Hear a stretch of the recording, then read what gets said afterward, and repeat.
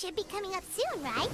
Everyone must be busy buying things to make their homes more festive now. Wonder what this year's theme is going to be. Oh, Paimon can't wait to find out! Let's head to Liyue Harbor and ask around!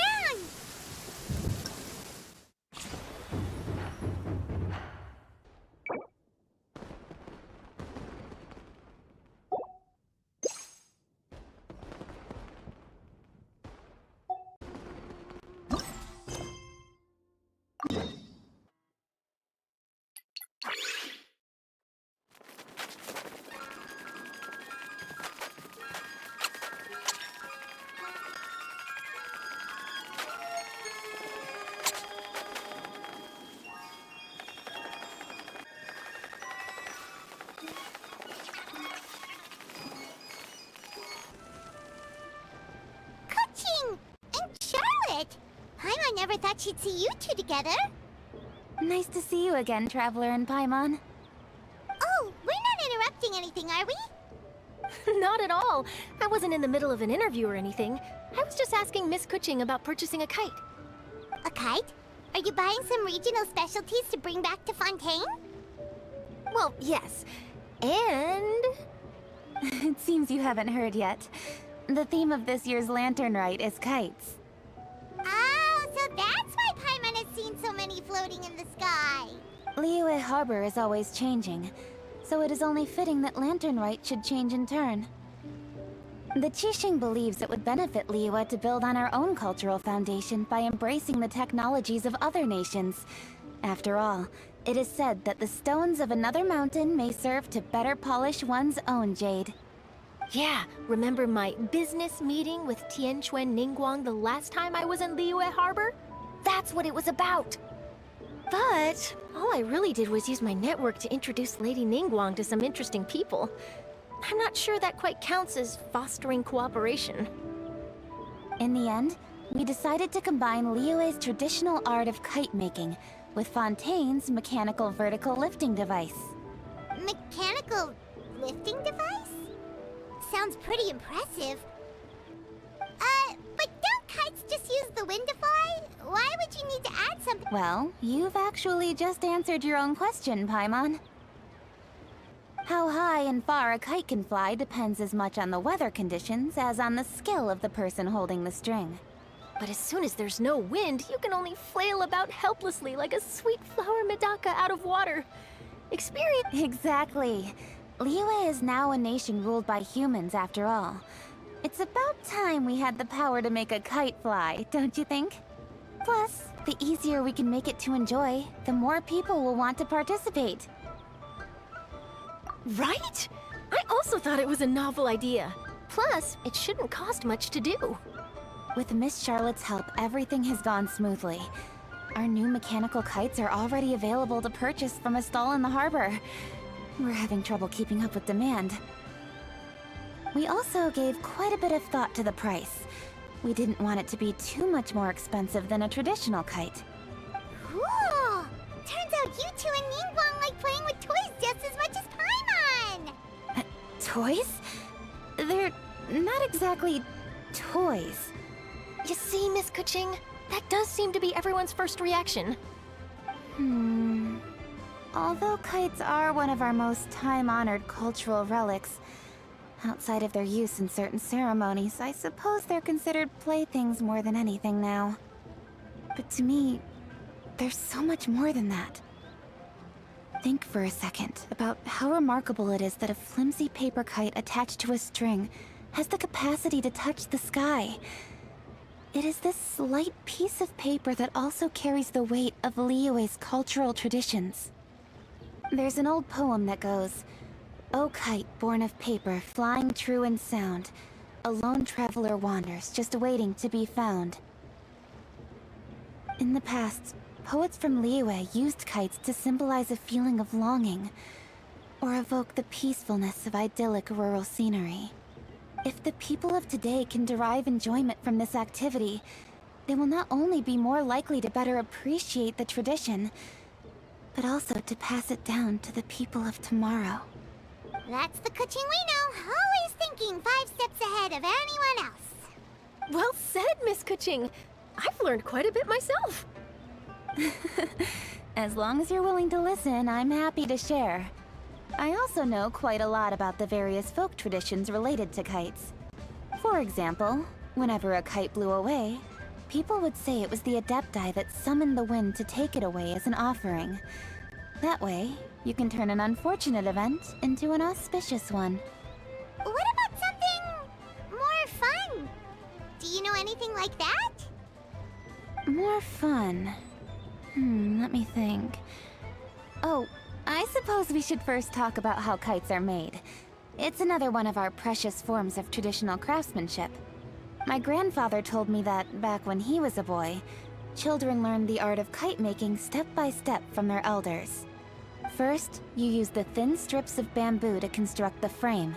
Then, you draw a design of your choice on a piece of paper, paste it onto the frame, and tie on the string. Then, you look towards the sky and release the kite to soar among the clouds. Some people write down certain names or desires on their kites, cut the string, and let them fly free. Others may place particular thoughts or meaning into the design itself. Are certain designs associated with certain meanings? I'm gonna jot all of this down. Well, for example, kites in the shape of a butterfly typically symbolize freedom, happiness, or the desire to break free. Fascinating. What else can you tell me? The scissor-tailed swallow is the most classic design. It symbolizes good fortune and joyful tidings. Different colors also have small variations in meaning. Are these commonly understood meanings and symbols in Liyue? Kind of like the language of flowers in Fontaine. I believe so. Most have probably heard something about it from their elders at some point. If you're interested, Miss Charlotte, I have several books on the topic that I could lend you. They could be a useful reference. That would be a huge help! Great! Looks like I've got the outline for quite the article on my hands. Perfect! We're gonna take a look around. Then I'll show Miss Charlotte to my home for a little while. I almost forgot. The Ministry of Civil Affairs is hosting a kite flying contest on the night of Lantern Rite. If you're interested, you're more than welcome to bring a kite and participate. The rules are simple. Whoever flies their kite the highest and furthest within the time limit will receive a special honor along with a secret prize. I've already prepared more than enough empty film for the event. I can see the spectacle already. Oh, Paimon was on board the moment you said secret prize. Then I'll look forward to seeing your performance. You bet! See you then!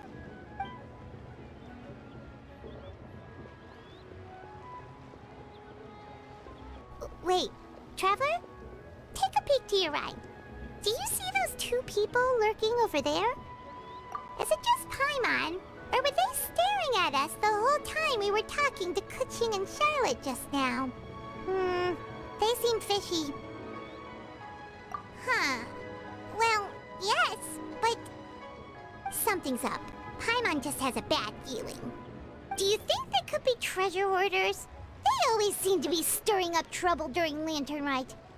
Oh, Paimon's sick of waiting around for something bad to happen. We should strike first, you know. Foil their plans before they even begin. You go right, Paimon will go left.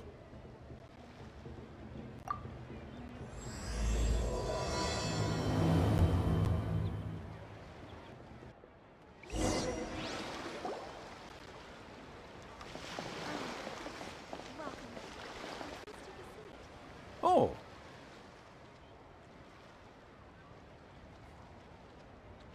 It is with such an air of urgency that you appear before us. Your comportment suggests you believe us to have committed some heinous crime. Perhaps you could enlighten us as to your intentions. Whoa, where did this fuddy-duddy come from? You should be the one doing the enlightening, buddy. Don't think we didn't notice you eavesdropping. One look and we could tell you were up to no good. Tell us everything, starting with your name. One bears no secrets before two such as yourselves. You stand in the presence of the mighty and illuminated Adeptus, Moon Carver. For the purpose of this foray into the mortal realm, however, you may address one as Hojong. You kidding? That deer's got his head stuck so far up in the clouds, there's no way he'd humble himself down here with the rest of us. You may want to hold your tongue, Paimon. Don't think that Paimon is gonna believe you just because you know her name. Let Paimon guess. You're supposed to be Mountain Shaper, right? Indeed. Mooncarver and myself have descended upon the mortal realm for a visit. The two of you may call me Jiaru. Huh. Looks like you did your research. But in our experience, the harder you try to lead us on, the more likely it is that we've got a big fish on our hands. We'll go straight to the Millilith and have you arrested for impersonating a deaf guy. Preposterous! Utterly preposterous! Right. Tell us something that only an Adeptus would know. And it better not be some common knowledge that any person on the street could tell you. You may recall that in order to preserve the tranquility of one's mountain, one planted karst crawlers around Mount Hulao. In fact, the seeds are one of Streetward Rambler's cultivars. Among all the Adepti, her horticultural skill is preeminent. The plant neither wilts nor withers, and its practical use is undeniable. Yet it does require quite the upkeep. After a while, one tires of the effort. Thus, one had no choice but to foray into town to inquire from Streetward Rambler a gentler and more easily managed variety. On your way, you were accosted by a group of youths, and without revealing your true form, were unable to extricate yourself of their presence. If one's memory serves, Streetward Rambler had to personally come to your rescue. How did you come into possession of such knowledge? The young lass, Yao Yao, keeps no secrets from Cloud Retainer. Alas, one can only let bygones be bygones. That might have been more detail than we needed. Seems like you two are the real deal, and Paimon's sorry for suspecting you. But, for beings as forgiving as yourselves, this is just water under the bridge, right? You indeed have an agile mind. Cloud Retainer was not mistaken in her high estimation of you. Paimon's still curious about something. It's just... Paimon can understand why Mountain Shaper is here, but why did you decide to come to the city, Mooncarver? It's not really your thing, is it? It is but an inevitable eventuality. Long have the mountains remained strangely idle since Cloud Retainer's move to Liyue Harbor. With Lantern Rite near at hand, one would expect Cloud Retainer to provide us with an account of the festivities in advance. Yet to this day, she has failed to appear.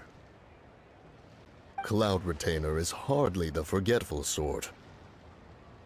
One must never rest idle in the face of that which demands action. And since our acquaintances dwell in Liyue Harbor, we had to travel here in human form to avail ourselves of their aid, Cloud Retainers in this case. But a moment ago, one heard you speak of a mechanical kite of sorts. It appears the essence of the situation has hitherto revealed itself.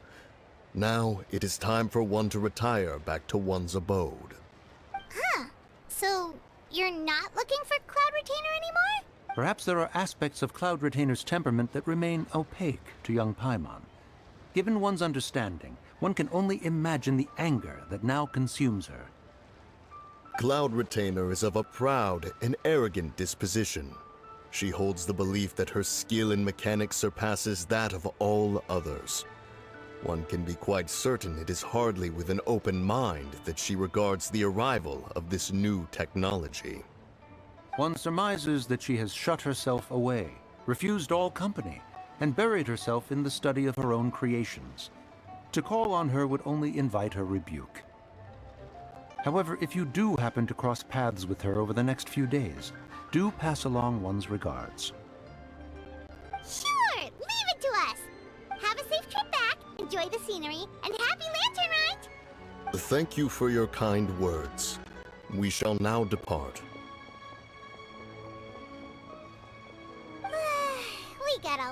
for nothing, huh? All that trouble and it turned out to be people we knew all along. Well, it's still pretty early. Let's head over and check out the kite stalls.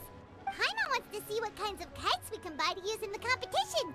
The bigger and prettier, the better.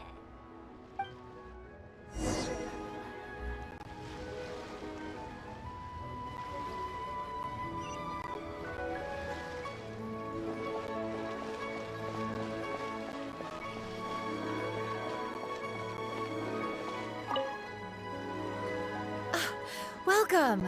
Are the two of you looking to buy a kite? Would you like me to go over the different designs? Ooh, a scissor tail swallow! And a butterfly! And oh! This jade chamber design is our newest. It's been selling like crazy over the past 2 days. Does it also have a unique meaning? Of course. The jade chamber symbolizes wealth and abundance. The kite bearing its design is said to bring riches in the future to those who fly it. Oh, now that's Paimon's kind of kite! I apologize for the interruption, but are all your wares in order, Miss Genuine? Yes, they're just over there. The paper, bamboo, and dyes. All the necessary kite-making materials. Wonderful! I'll pack them up and get a guard to deliver the goods to Yilong Wharf for you. Yilong Wharf? Oh, wonder what that place is like during Lantern Rite. Paimon would love to go take a look.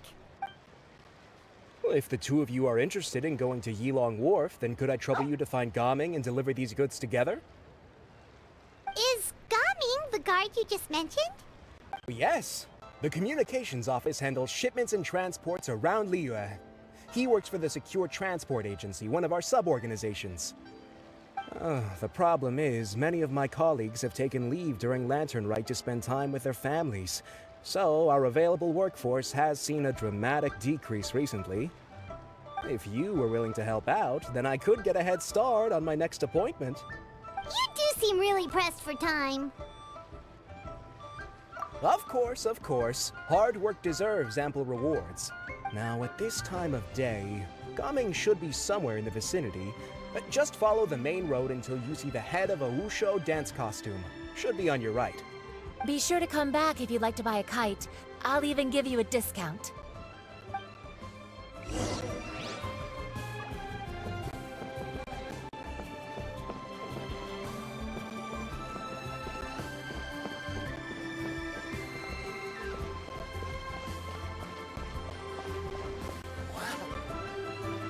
Wait, I thought we had an agreement. Loser buys dim sum tomorrow? Look at you. Scowl like that for much longer and your face might stay that way. Hey now, don't be upset. How about this? You extend the invitation, and I'll pay.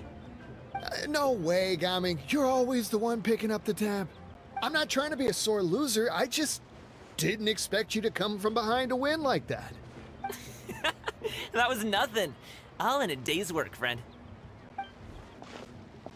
Perfect, Gaming is here.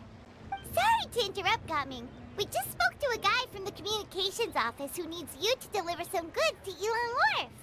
Oh, that must have been Longzhou. Looks like I've got work. Gotta go.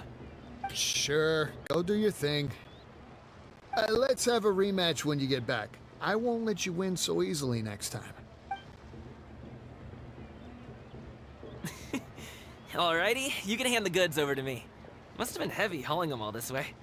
Let me take them off your hands. It wasn't that bad. It's just some kite-making materials. Plus, we didn't have to walk very far. Kite-making materials. I see. I'm glad it wasn't too much trouble, Paimon. Still, I owe you one. Ah, and you must be the traveler. It's nice to meet you. Thanks for your help. Huh? You know us? There probably aren't many in Liyue who don't. I've heard quite a bit about you two. Oh, and please excuse Longzhou if he forgot to thank you. Take my thanks in his place. He's a good guy. He's just been super busy lately, running around from place to place. Don't be too hard on him, yeah? So, you here for Lantern Rite? Yep. It's always so lively this time of year.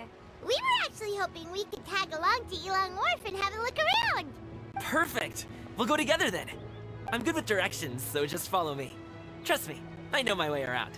We can exchange stories, tell jokes, or just chat along the way. Oh, and there are a couple of good places to eat along our route. We can stop and grab a bite when it's time. The ingredients are fresh, the portions are generous, and the prices won't break the bank.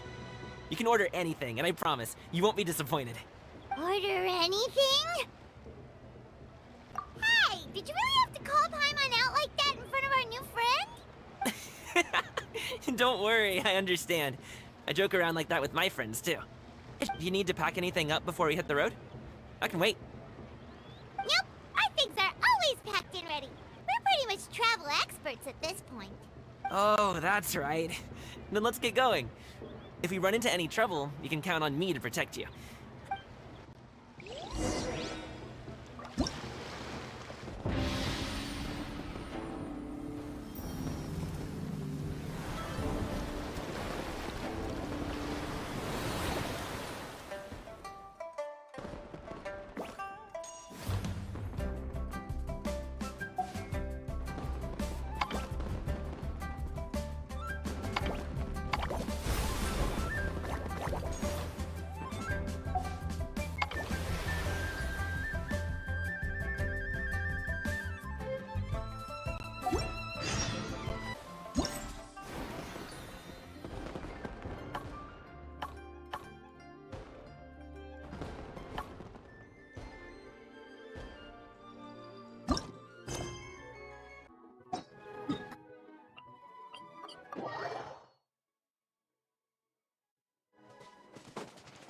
Docks are just a bit further.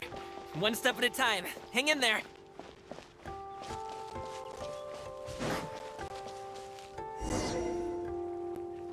Wait! Get behind me. Another test I'll handle subject. this. Picked the wrong test subject. Seems like we really can't go anywhere without running into treasure hoarders, can we? Yeah, it's not uncommon for deliveries to get intercepted. That's why this job needs guards like us. Paimon was impressed by your moves back there. You seem like a real pro at your job. Oh, that's not a skill I learned on the job. It's just a hobby. Have you ever heard of wushu dancing? Really? Wushu dancing is famous in Chunyu Vale. Performers might be invited to promote the opening of a business or to spread good fortune during a holiday season. But I must admit, it has nothing on the popularity of the Liyue Opera. I'm also well aware that people in Liyue Harbor aren't exactly jumping at the chance to watch wushu dancing. So... Huh? You have 2 jobs? How do you have the energy to do all that? It's not that tiring. You just have to take a rest. Ah, Paimon gets it, so you must sleep a lot then. Not really. Just yesterday, I stayed up all night playing cards. Oh. Let's go. The docks are just up ahead.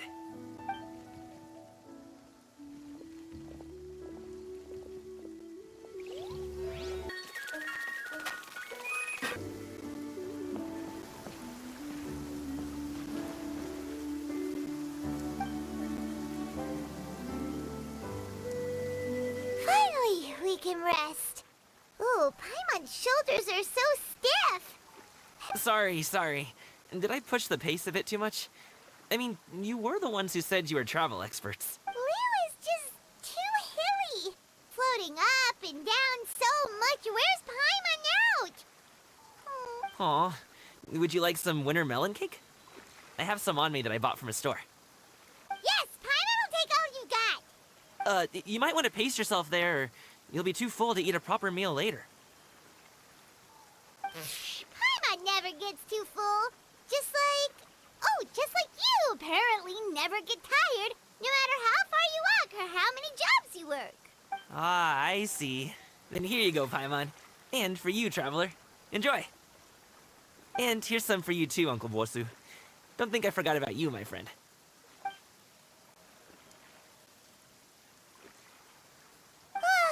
That hit the spot. Paimon thought she was going to starve to death for a minute there. That close of a call, huh? I've been eating winter melon cake ever since I was a kid. You can buy them from all sorts of places, whether it's a small vendor on the side of the road or a big restaurant in the city. But each place produces cakes with a slightly different flavor. If you like these ones, I can give you the address of the shop I bought them from. I'll just have to check when we get back. Oh, All my jabbering must be making it difficult for you to enjoy the scenery in peace, huh?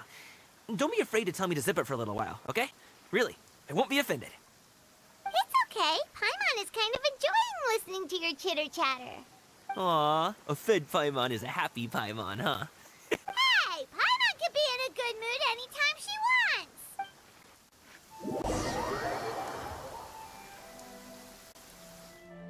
Need some fresh bamboo for this.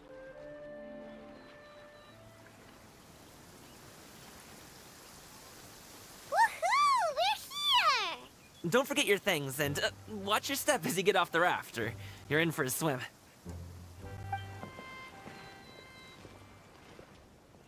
Thanks for the ride, Uncle Bosu. You take care of yourself now. I'll see you some. Okay, follow me. This way is fastest. We'll have to take the elevator up to the secure transport agency.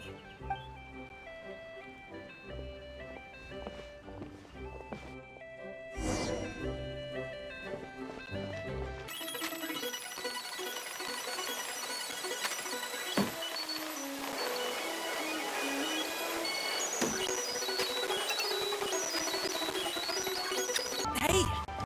Slow down. I'm begging you. What is it? No one's gonna try any funny business when the street is this packed, right?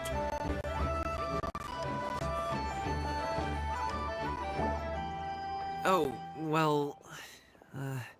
how should I put it? Come on, spit it out! Do you see that group of people over there? Those are my relatives. Wow, you sure have a big family. Once they start buying things, they won't stop perusing till it gets dark. This is bad. They're your family, not your arch enemies. What's there to be afraid of? No, it's not that. I'm just not that good at dealing with my family. It would be best if we could steer clear of them. I'll explain more when we have the chance, but right now, we've got a job to do.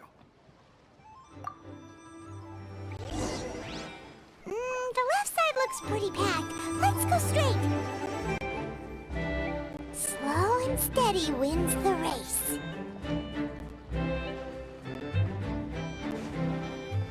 Stick close, traveler. Uh-oh, we've been spotted!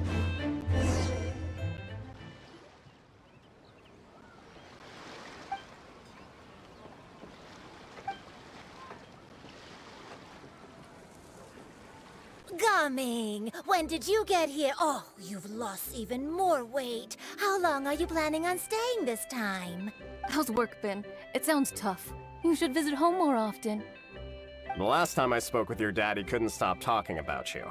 He seems worried. Causing trouble again, are you? Wow,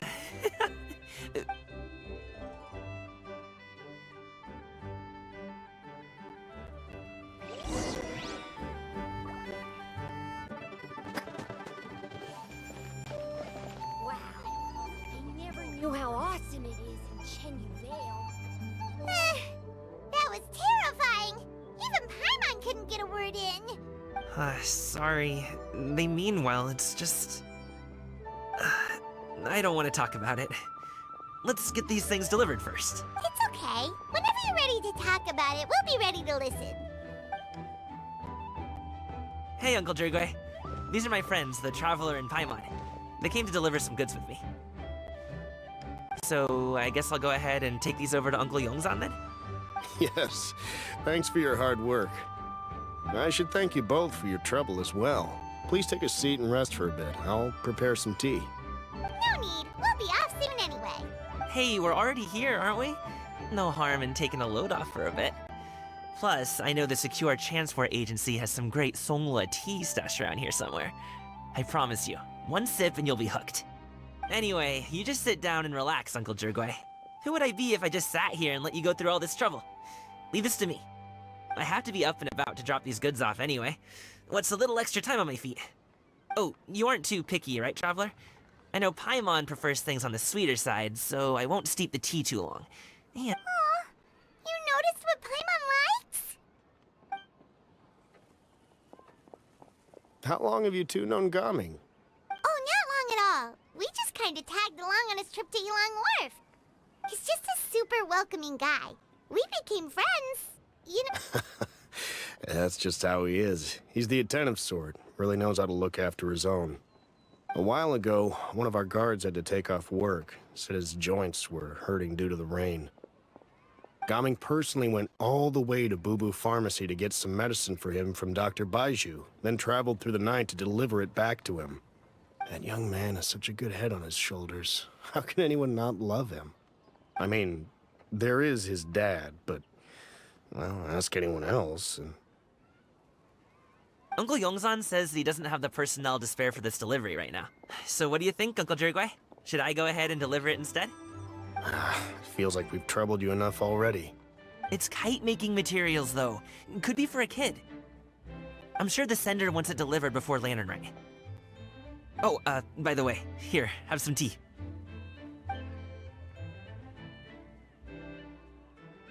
All right then. Deliver it if you want to. Ooh, are you free in 2 days? How about we grab some dim sum from Shinya Kiosk? My treat, and don't even think about trying to pay. Whoa, that's way too generous of you. Don't mention it. Just think of this as a thank you for all your help. Besides, the thing between me and my family, it's a long story. Sounds good. Paimon never says no to free food. Alright, then I'm off. See you in 2 days. Oh, and Paimon, make sure not to eat too much before then. Don't say I didn't warn you. Is he underestimating Paimon? She's just gonna have to show him how much she can really eat. Anyway, is Gaming's family situation really that complicated? He has such a happy-go-lucky personality. Plus, he's an enthusiastic and diligent worker. It's hard to imagine a guy like that being troubled by much. How should I put it? Since he already plans to tell you himself, you don't need an old man like me to add my 2 cents. You seem to be around the same age, so you might have a lot in common. Perhaps you could help him talk things through. Consider it a favor to me. If you have the time, maybe you can make a little flag for us to wave about. It can say, "We provide aid in spades." Couldn't hurt to advertise our services, right? Well, I can certainly arrange that. Is there anything else you wanted to say? Wait, seriously? Paimon was just joking, but if you're going to get us something, she'd much rather have wintermelon cake instead. Seems like Gaming really has rubbed off on you. Would you like some more tea? I think there's some left. No thanks. We came all this way and still haven't gotten a chance to look around the wharf. We should see the kinds of kites they got. Maybe they'll have ones you can't find in Liyue Harbor. All right then. Please do let me know if you'd like more tea. You're welcome to stay as long as you like.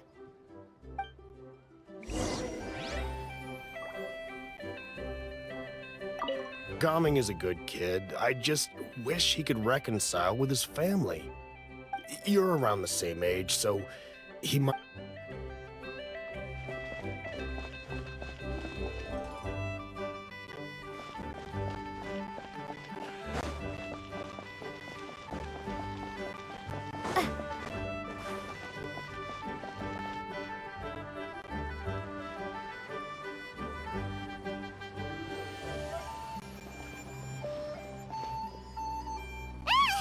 What are you doing here? The way you speak, one might have presumed you were displeased to be in one's presence.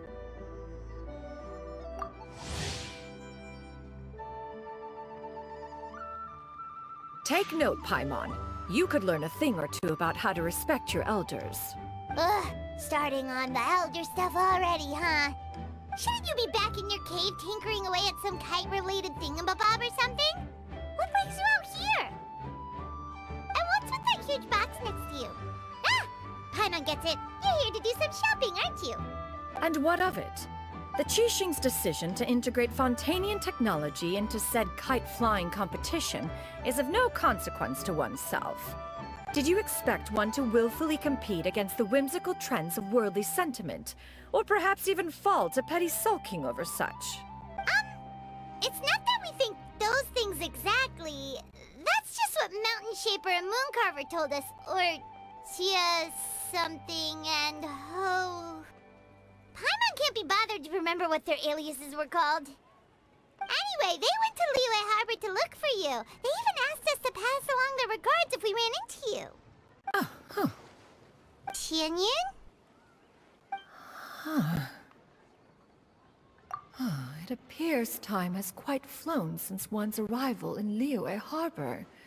How could one have forgotten about those two old fossils? One shall have to bring them back some divine herbs to atone for this slight. Nay, given that one has ventured all this way to Yilong Wharf, tea would be more advisable. A great thought has illuminated one's mind once again. One is reminded that certain purchases have yet to be made. Perhaps you two could wait here whilst one performs this task. It'll be but a moment. Huh? Wait, here? You're really just gonna ditch us here to watch your stuff? Oh, that woman really just does whatever she wants. Hey, not you too, Traveler! Oh, all this Paimon ditching is super not appreciated. Just come back soon, okay? Paimon doesn't want anyone to try and steal his stuff. Welcome. Please have a look around. We only sell teas of the finest quality, sourced directly from Chaoying Village. Might I recommend the Songlo variety? It's one of our specialties. Now, that sounds promising. One will bring some back for those old fossils, and all will be well. 2 boxes will do. Wonderful. By the way, we're actually running a special Lantern Rite promotion. Buy 3 boxes, get 10% off. 4 boxes will net you 20% off. 20% off 4 boxes. This merchant strikes a fair bargain. Then 4 shall suffice. I see. Are you intending to give these as gifts? If so, perhaps I can interest you in these exquisite gift sets. Buy 10, get half off. Look at the magnificent design, and the red ribbon gives quite the festive flair, don't you think? Such a gift would be sure to impress any lucky friend or family member. 10 boxes. Seems rather excessive. But if one factors in the conqueror of demons and one's disciples... 10! A nice round number, don't you think? Of course you do. I'll even shave a little extra off the price for you. That is agreeable. One will... I will have these boxed up then. Of course, right away.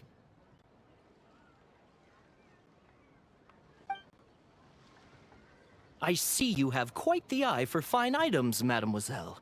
Perhaps some of my wares might also be of interest to you. I'm a toy merchant from Fontaine. You'll get nothing but the finest and most intricate clockwork toys Mora can buy here. Each one sure to be a source of endless amusement.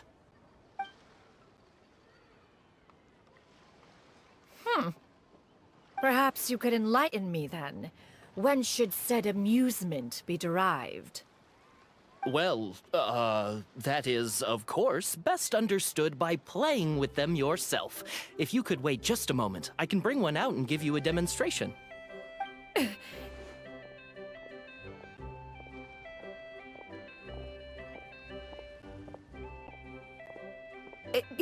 There is no need for that.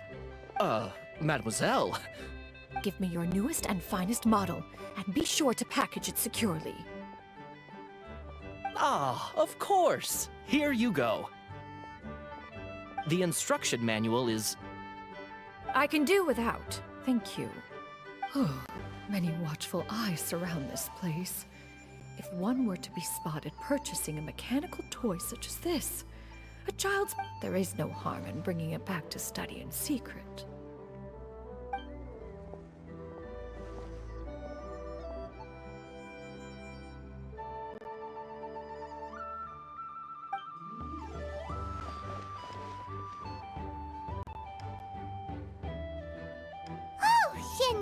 Did your shopping go smoothly? Naturally. One may not delight in social interactions, but that does not mean one lacks said faculties.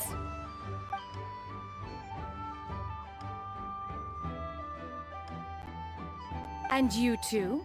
Are you not here to purchase things? We just haven't had time yet. It doesn't look like there are any kite stalls around Elong Wharf. But it does look like there are lots of goods from Fontaine. You are also planning to participate in the kite flying competition, then?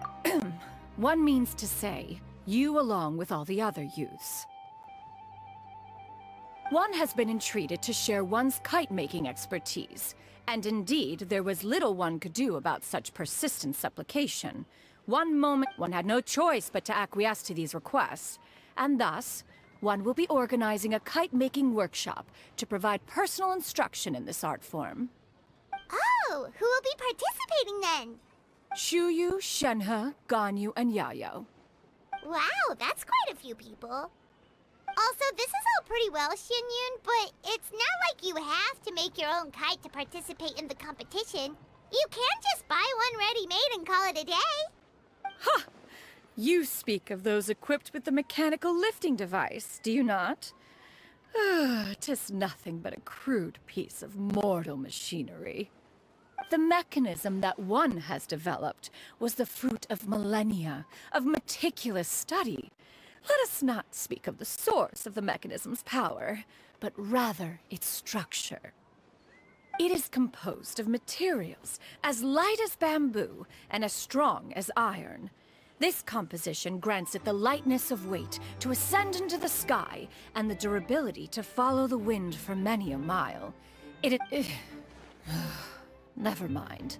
It is unlikely the two of you will understand, even should one expend the effort to explain. It sure seems like you want to talk about it, though. So, will you be attending the workshop or not? Huh? Wait, you've been trying to invite us this entire time? All right then. No need to prepare the materials in any case. One has it all sorted. Arrive at Mount Outsong in 2 days. I shall be expecting you around midday. Are you leaving? Don't you want a guard to help you with that big box of yours? Surely you jest. One goes as one pleases. For what reason would one need to rely on another?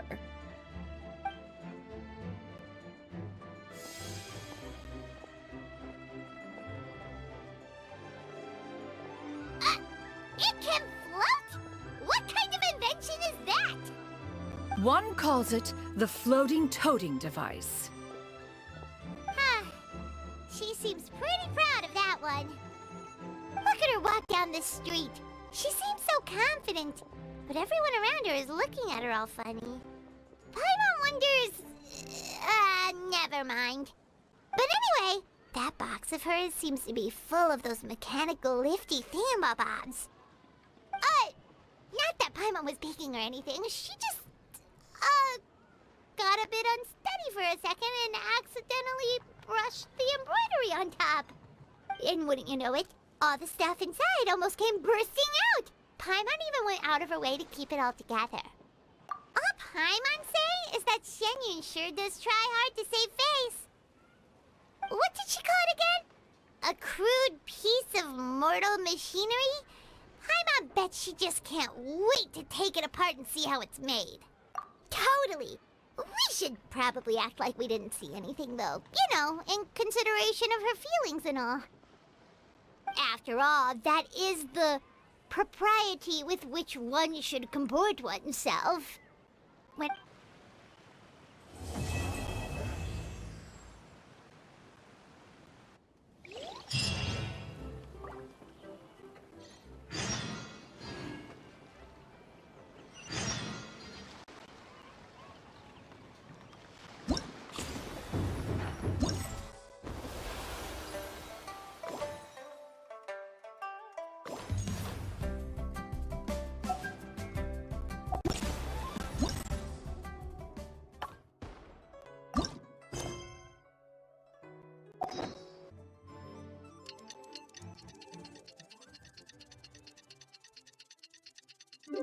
I've never had dim sum at Shinue Kiosk before, but it should be quite the feast for sure. Ooh, and that's Paimon's stomach right on cue telling her it's time to go find coffee. Let's go!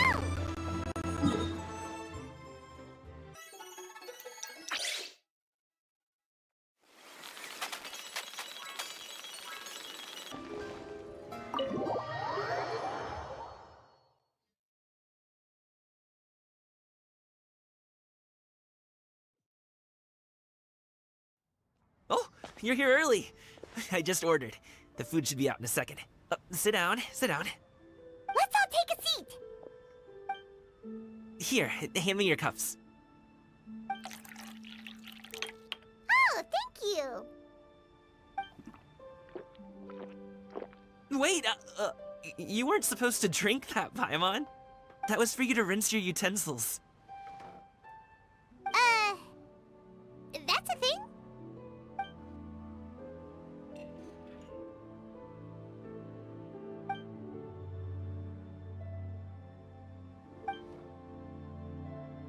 Wow, so much delicious food.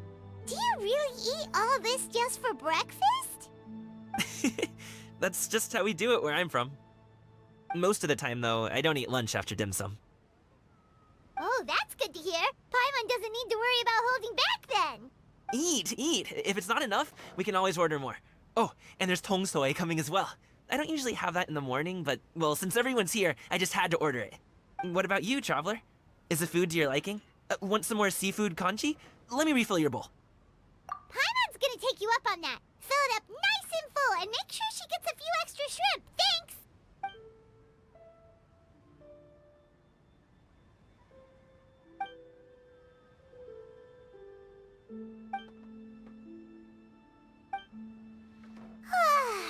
So full. That meal was so satisfying, it even gave Paimon some extra brain juice. Oh, listen. Paimon's figured it out. Let's think about this for a second, Gaming. You invited us to this awesome restaurant and ordered a whole table full of expensive dim sum just for the three of us. Well, you must be hiding the fact that you're some young master from a rich family. That would explain why you try to keep your friends and family away from each other. Are you confusing me with Xingqiu? Huh? You know Xingqiu? You sure know a lot of people. Well, when you're on the road as much as I am, you hear all sorts of rumors. Sometimes they're true, sometimes they're not. What it comes down to is being able to tell the difference. More often than not, that means knocking on some doors to find out for yourself. Oh, you truly are a man of many talents, young Master Gaming. Okay, enough with the teasing. Sorry to burst your bubble, Paimon, but you're wrong about my family situation. What? Oh, Paimon thought she was onto something there. My dad is just an ordinary tea merchant. Small-scale stuff, you know? It wouldn't even make sense to mention his business in the same breath as the Feiyun Commerce Guild. My dad... he always wanted me to inherit the family business, to be a merchant like him. But that's just not who I am. It's not who I ever wanted to be.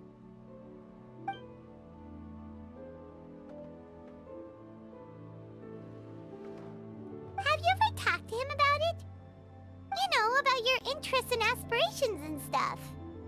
Of course I have. I told him I wanted to be a wushu dancer. That I wanted all of Tevat to see what I could do. According to my dad, though, that wasn't a real job. Just a child. Oh, that's terrible. I'm sure he thought I would come around eventually, but wushu dancing has always been the only thing I wanted to do. One day, he tried to get me to visit some other tea merchants to start building the right relationships, but I refused to go. We got into a huge fight. We were this close to throwing hands. In the end, I was so angry that I ran away from home. I haven't been back since. Don't get on my case just yet, okay? It's not like I think I'm completely without fault. No, I know that it wasn't the right way to go about things. But my dad's stubborn. No matter how hard I tried to convince him, it just went in one ear and out the other. There was no changing his mind. I knew talking would only get me so far, but if I made it big in Liyue Harbor, the results could speak for themselves. Gaming. But I'm sure you both already know how that's going. Wushu dancing's just not that big in Liyue Harbor. In the past, I would go door to door from store to store, asking if they would be interested in hiring a performer. Most times, I wound up eating nothing but humble pie. And you can't just rely on dreams to put food on the table, right? So, I found a job as a guard to make some money. And now I have enough to get by and then some. Still, change takes time. Gotta take it slow, you know? Paimon understands. Okay, enough of all that serious talk. Our tea's getting cold. Ooh, let's do something fun this afternoon. What do you say, huh? I'll organize. Actually, we kinda already have plans this afternoon. We told Xianyun that we would go to her kite-making workshop. Oh? Are you interested in kite-making, Gaming? Oh, no. It's just that I happen to know Auntie Xianyun. That title certainly humanizes her a bit. Oh, I know that she's an Adeptus. I met her during a delivery once. But hasn't she been in the city lately? She's even tried, with some limited success, to change her terms of self-address or something like that. She came to see me a few days ago to ask about luminescent dyes. Oh, wait a second. She doesn't plan on putting those on a kite, does she? Is that not something you can do? It's one thing to use it on cloth, but applying it to paper is another matter entirely. Why couldn't she tell me what she wanted them for? Yeah, she does seem to have trouble with that sometimes. It would be such a shame if everyone worked so hard on their kites only for them to get ruined in the end. Okay, I'll go with you. If Auntie Xianyun wants to use those dyes on a kite, the formula will need to be changed. Great! The more the merrier!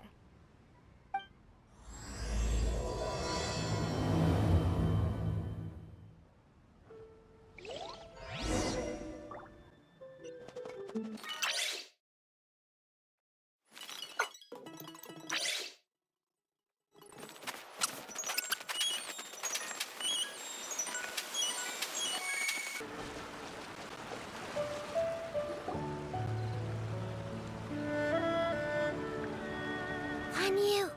Ganyu! Come on, wake up! Some friends have arrived! Hello, friends.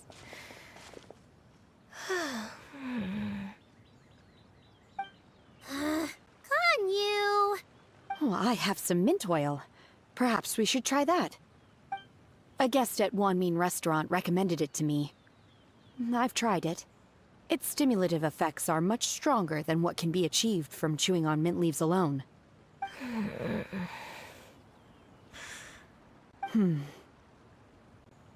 Apologies in advance. Wait! Shenhe! Not there!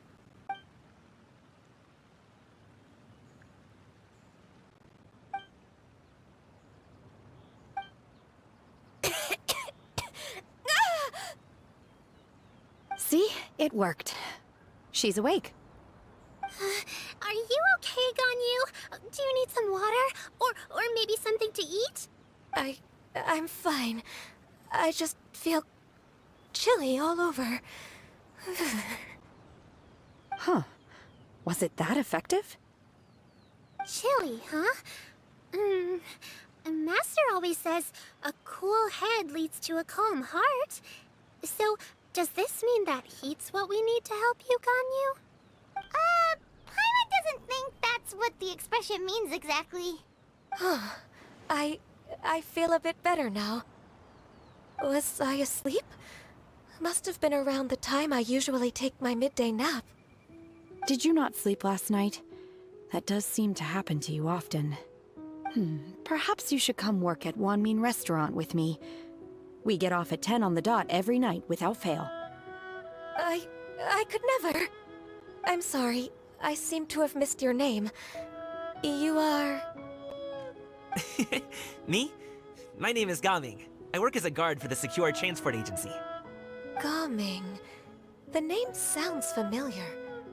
I believe I've heard your name mentioned around the Ministry of Civil Affairs. People tell me you're an extremely enthusiastic worker, and you are very generous with your help. Well, you know me. Or, I guess you don't. My name is Ganyu. This is Shenhe, and this is Yao Yao. It's an honor to finally meet you all. Oh, you must be here for Auntie Xianyun's kite-making workshop, right? Yes. I have neither made nor flown a kite before. As long as Master is willing to teach, I am willing to learn. Me too. I want to participate in the kite flying competition with my best friend. Plus, it's more meaningful if you make the kite yourself, right? Your best friend didn't come with you? Well, Chi-Chi's been super busy helping Dr. Baiju lately. I'll meet up with her later and give her a huge surprise. Oh, I also brought bandages and ointment with me today. It's easy to cut yourself when working with bamboo, so I thought I should come prepared. Wow, you're really thoughtful. As for myself, I'm afraid I lack some of my companion's enthusiasm. I was originally planning to buy a ready-made kite and just enjoy the festive city atmosphere with everyone. But Cloud Retainer is always going out of her way to look after her juniors, wanting us to have the best there is. She always puts us before herself. It was so thoughtful of her to arrange this workshop, so I simply couldn't let such consideration go to waste. My motivation for being here might be a little different, yes, but I'm ready to put in just as much effort as everyone else. Well, we're all here, but where the heck is Xinyun? Shouldn't she be here by now? Who is it that speaks of oneself in such an ill-tempered tone? Oh, come on! You clearly heard Paimon! Master stopped to buy grilled tigerfish to share with everyone. Come get it while it's still warm. Oh, Paimon, sorry, Miss Illuminated Bird! Paimon always knew you were the smartest, coolest, and prettiest Adeptus. Someone as wonderful as you is sure to have brought enough for Paimon as well.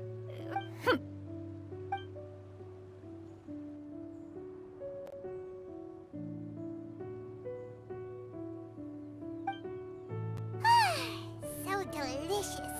Paimon's life is complete.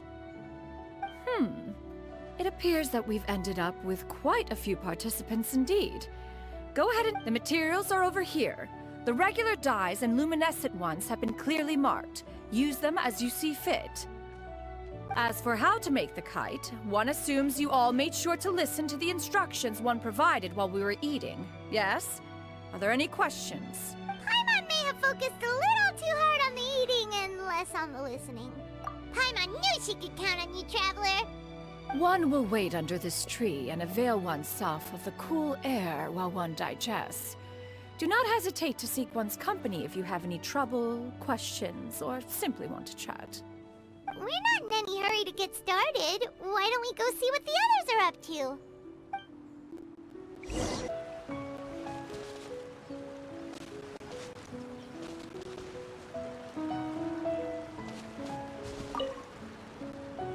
Hey, Gaming! Want to team up? Huh? I have to participate? I thought I'd be done for the day after adjusting the dye formula. You're that unenthused by kite making, huh? That doesn't seem like you. No, it's not that. It's just... it would take too long to explain. I guess I'll just make one then. What shape should we go with? How about a butterfly? What do you think, Shuyu? Is there a particular design you want? I want a swanee! That might be a little hard to pull off. True, but I still want to try. They're super cute. Okay, it's decided then. Gaming, can I do the coloring? Sure. I'll go ahead and make the frame for you.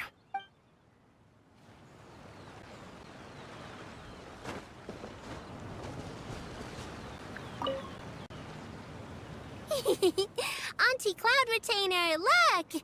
Am I doing it right? Very good. Your frame is nice and sturdy. This design, is it a finch? Yep.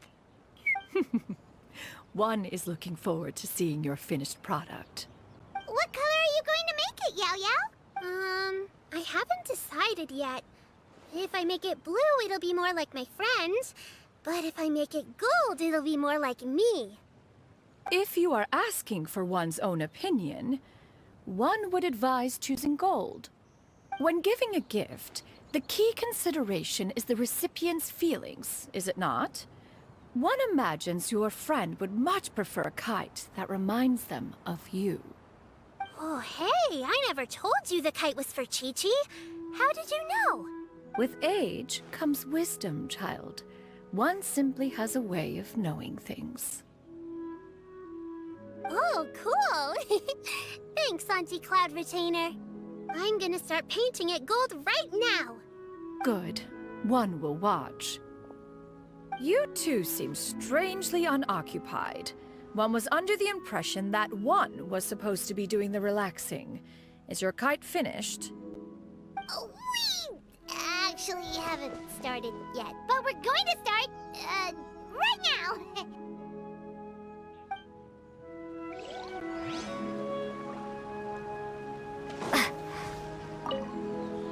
Once I get better at making kites, I'm going to make one shaped like Uruguay. You gave him to me, and he's just the best. One is pleased that you like the gift.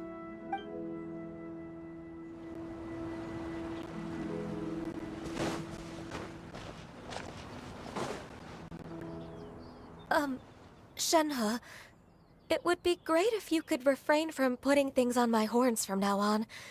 They're really quite sensitive. I see. My apologies. I shall remember that in the future. Thank you.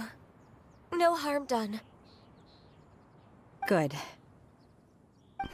Could I touch them just once more, though? No oil or anything this time. I've just always wondered what Miss Ganyu's horns feel like. Huh? Please, I told you. Just call me Ganyu. Well, all right. Just be gentle. Firm to the touch with no discernible temperature. Oh, not unlike certain medicinal plants I've eaten before. Still, Ganyu appears to be shaking like a cat whose whiskers have just been touched. I should stop. I see. Then I'll apply the oil to your forehead next time. Oh, no need. I'll just refrain from taking afternoon naps outdoors. Anyway, we should probably get started on our kite. It won't be long before Cloud Retainer comes to check on our progress. Perhaps we should just choose the most traditional style. Okay. Well, they seem to be getting along swimmingly. Let's not disturb them. We should get started on our kite now. Let's go.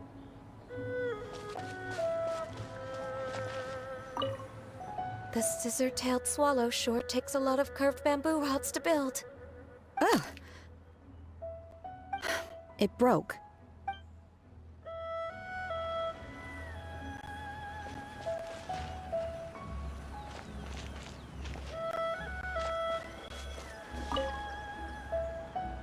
First, we have to decide on the shape.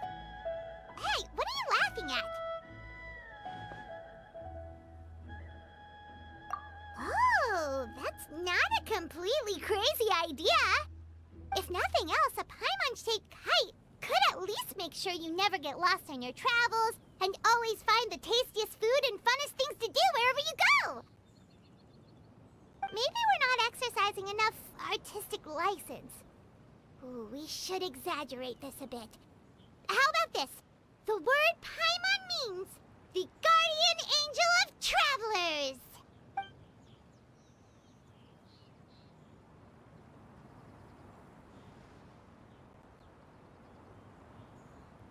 Now, what expression should we give her, since the kite is going to be flying super high in the sky?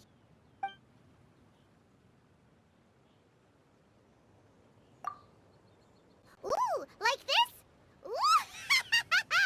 The title of Champion Kite Flyer is... Now that we've decided, let's make it happen!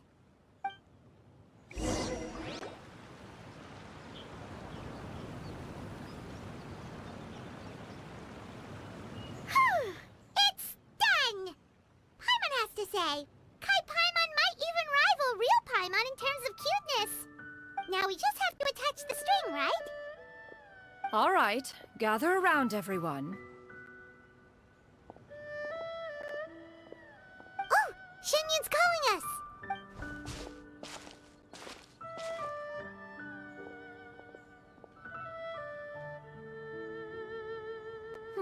Let one take a look.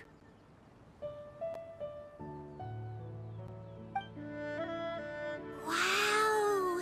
Ganyu and Shenhe made a scissor-tailed swallow. It's so pretty. Yep. The coloring makes it look a lot like Master. If the tail wasn't split in two like that, it might even be a spitting image. If you look closely, there are a few spots where the colors go outside the lines. Did you doze off while painting it, Ganyu? I did the painting. I stared at the paper for quite some time, but I simply could not recall the coloring of any bird. Except Master. Or should I say that I'm too familiar with her crane form? Even when she stands before us in human form, all I can see is blue and white.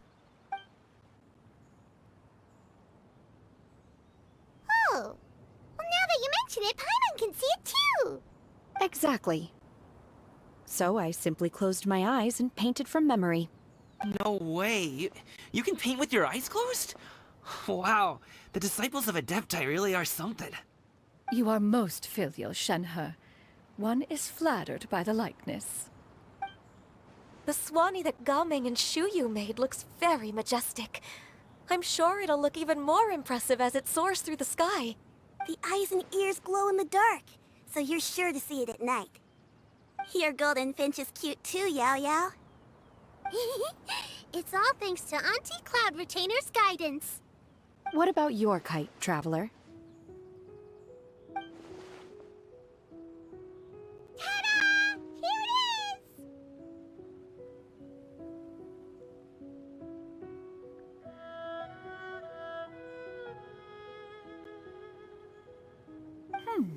Its self-important countenance bears a striking resemblance to that of its namesake.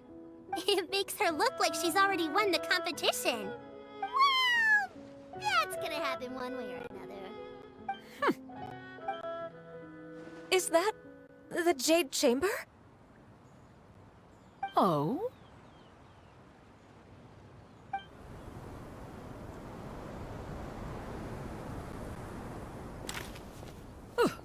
Who dares attempt such a flagrant display of impropriety by releasing a kite into one's territory without one's permission?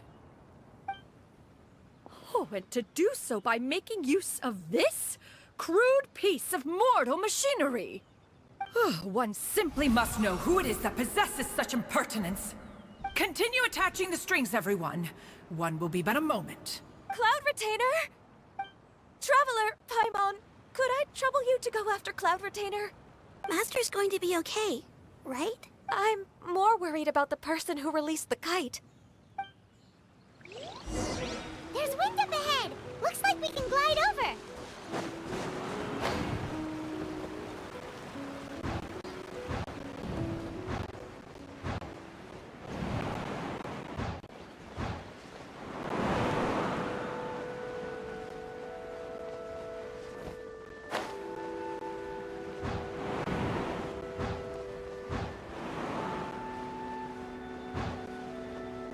It's right there!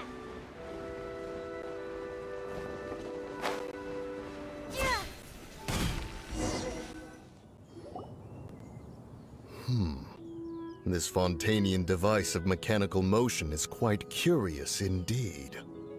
Now is hardly an opportune time for your musings. Someone among us was not sufficiently attentive, and now the kite has vanished. Calm yourself. Do you have any recollection of its last location? One believes it drifted in the direction of Mount Outsong.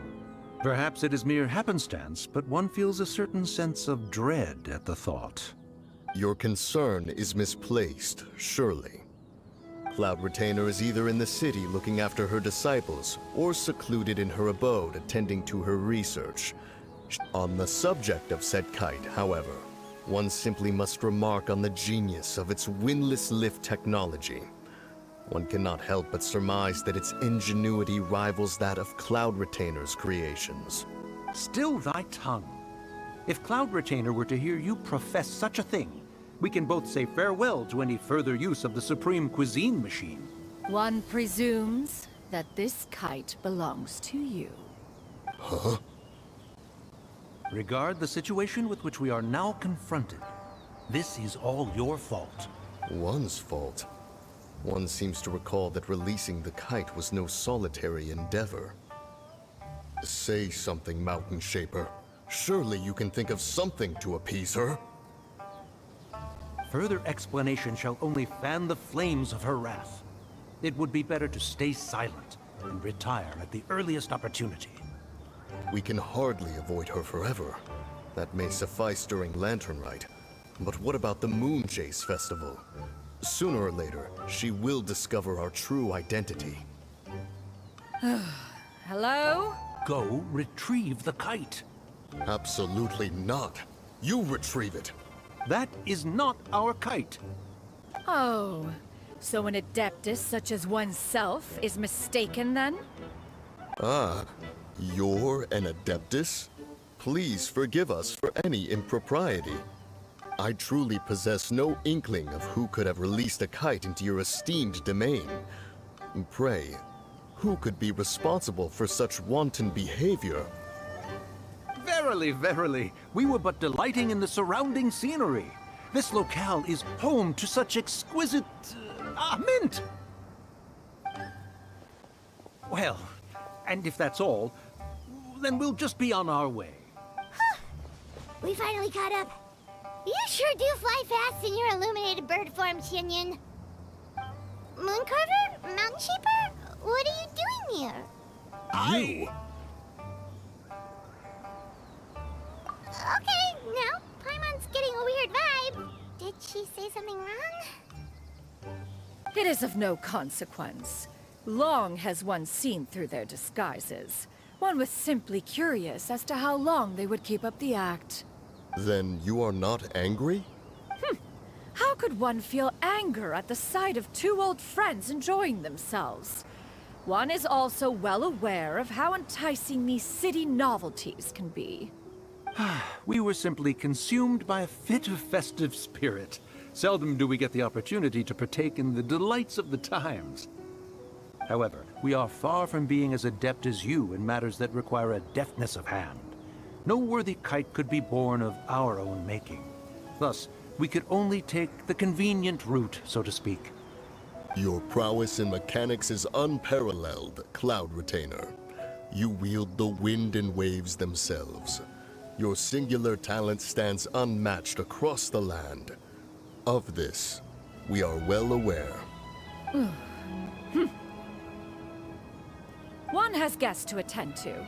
We will have to convene again some other time. Traveler, Paimon, do try to keep up. We're leaving already? All this flying from place to place is wearing Paimon out.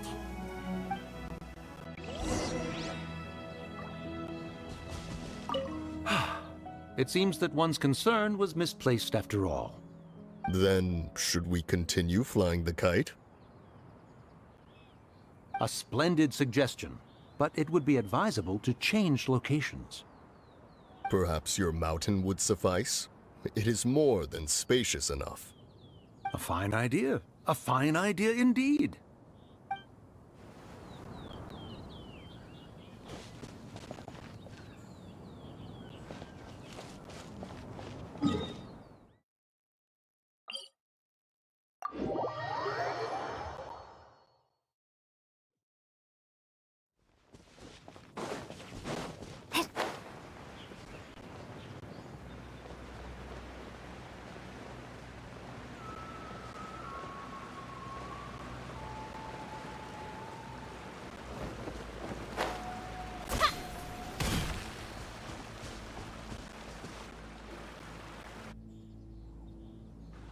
They're back.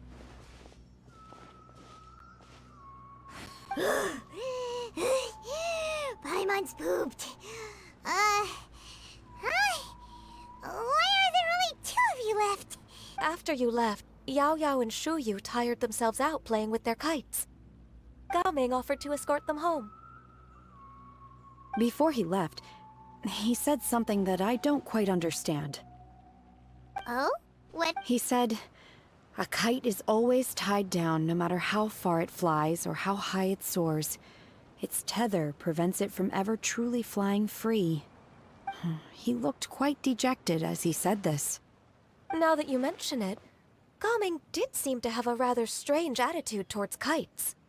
A reflection of himself. If I were a kite, I would cherish that tether as a symbol of kinship and the bonds that tie us and... Shenhe? It may be an exceedingly slim and distant connection, but lose it, and you lose that which links you to home.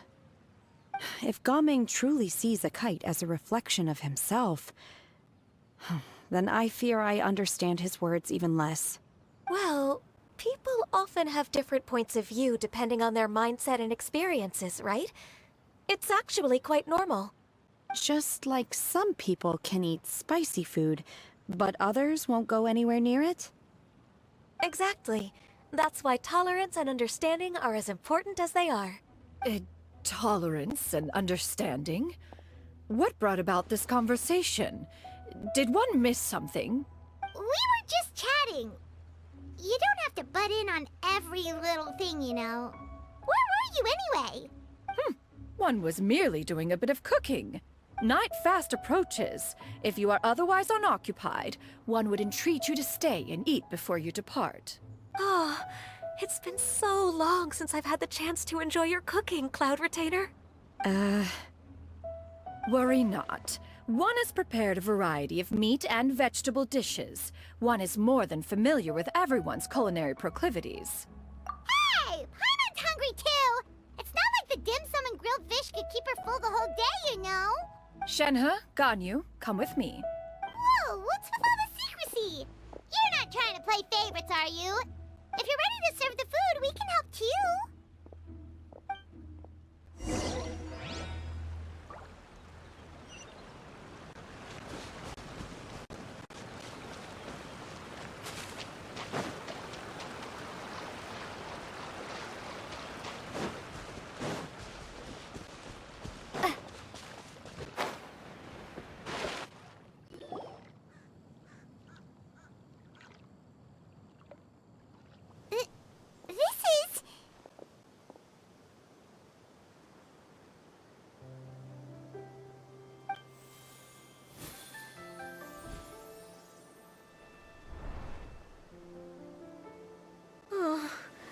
I can feel the wind brushing against my legs. This is a bit embarrassing. Is the headpiece secure? I should have asked Cloud Retainer to check before I stepped outside.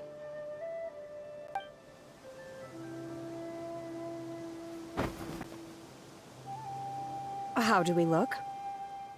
Huh? She asked them just like that? You look pretty too, Ganyu! Oh, how should Paimon put it? You both look so elegant and refined! Those outfits really suit you both. Given that one employed the services of the best tailor in all of Liyue, one would expect nothing less. What colors have you been partial to lately, Shenhe and Ganyu? Lately? Why is Cloud Retainer suddenly asking about what colors we like? I like black. One is gratified to see one's disciple has inherited one's own tastes. The color black doesn't get dirty easily. A virtue I've come to value recently. And you, Ganyu? I favor blue and black. And the material is sufficiently comfortable, yes? Yes, very. I simply cannot thank you enough, Cloud Retainer. For this gift. And the kite, too. Thank you, Master. One is content, as long as you are pleased with the gift. One hopes these garments will see much use.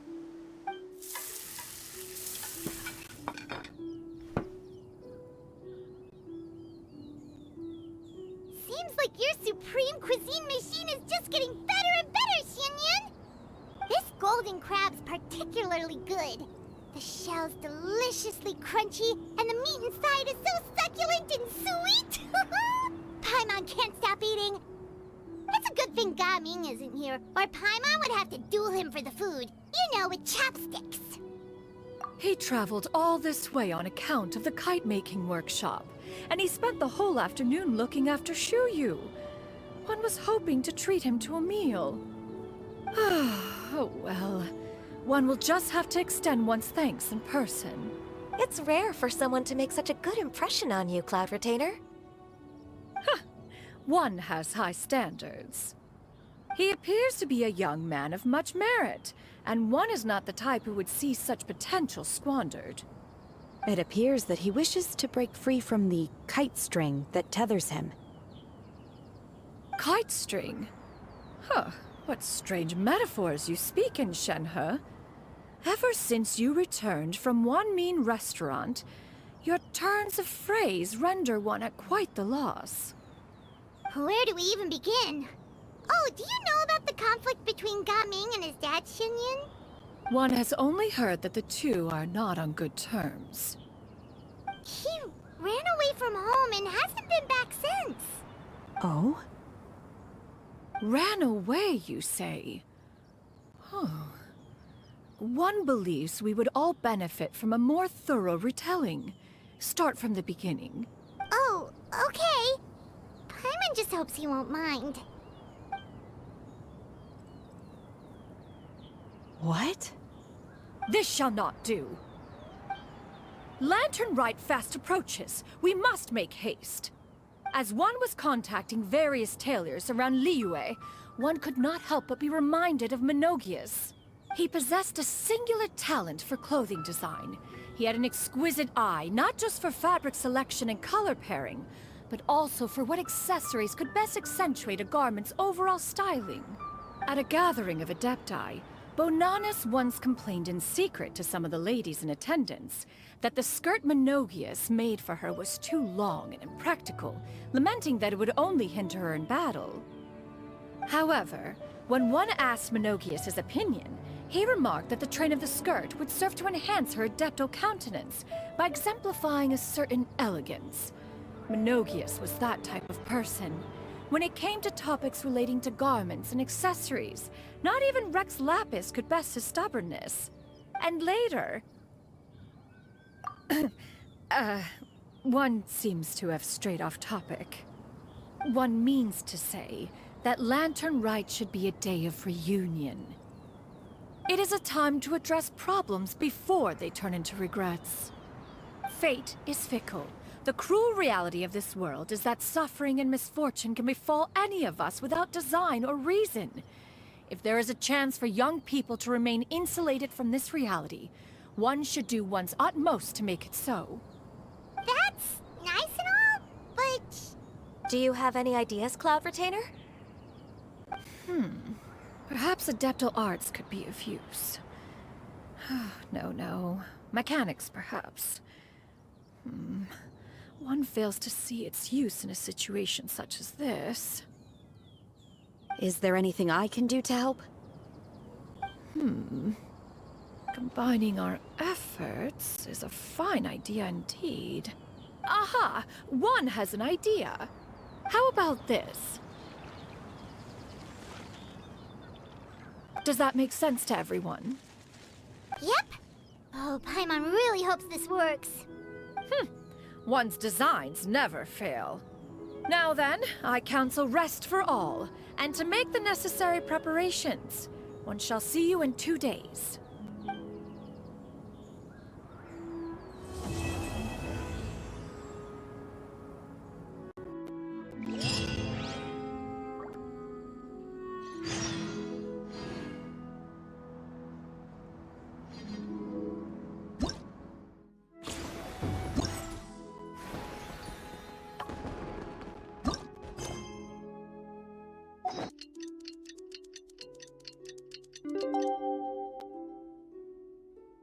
It's time to carry out the plan!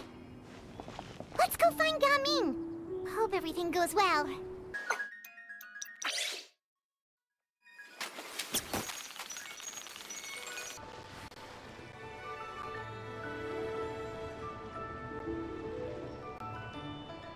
Hi, Gaming!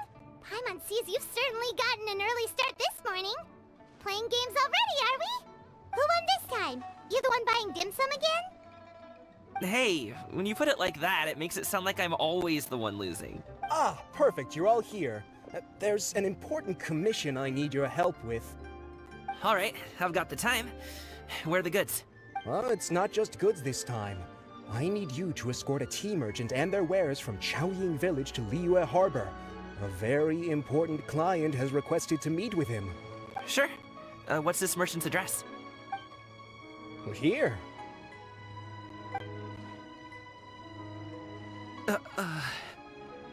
If the client's that important, then this must be a very crucial, very pressing commission, right?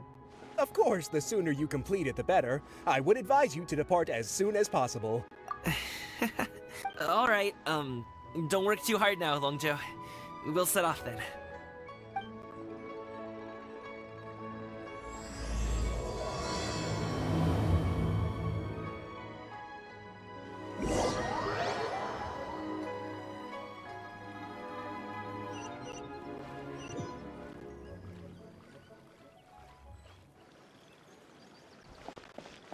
You're a bit quiet today, Gaming. Oh, do you want Paimon to tell a story? We're almost there. I'll take a rain check on that.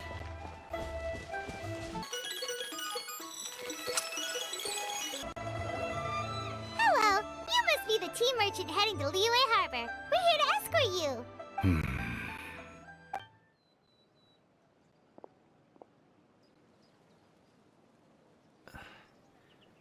Dad?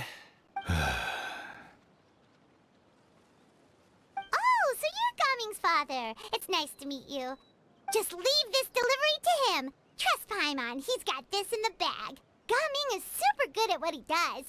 Everyone at the Secure Transport Agency says as much. Even the Ministry of Civil Affairs has nothing but good things to say about him. Seems like you've made some sort of name for yourself at least. The goods are all in order? Yes, they're all here. Then let's get going. A very important client has asked for you by name. Paimon doesn't know how we would explain ourselves if you just didn't show up. Plus, you... I see. I suppose I will have to trouble you all to escort me, then. Let's go.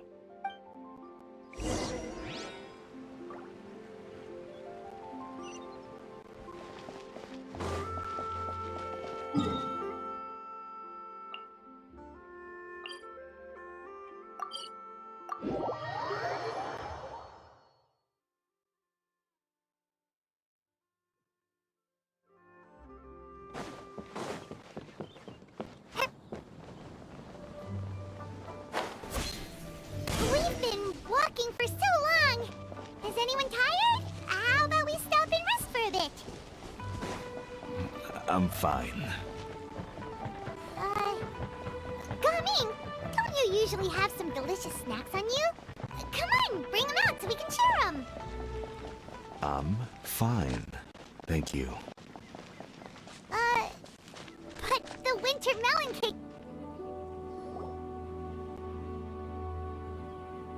This place looks nice and open. Why don't you all rest here for a second? Huh? What about you? You're not going to join us? I'm not tired. I'll keep watch. Oh, but... Just let him... Okay, we'll just share amongst ourselves then. Did you know, Uncle Ip, that the flavor of these cakes changes depending on... Halt! Who goes there? It appears that one's movements were overly conspicuous. Enough of your musings. Focus. Focus on the matter at hand. Present your exquisite ornaments at once.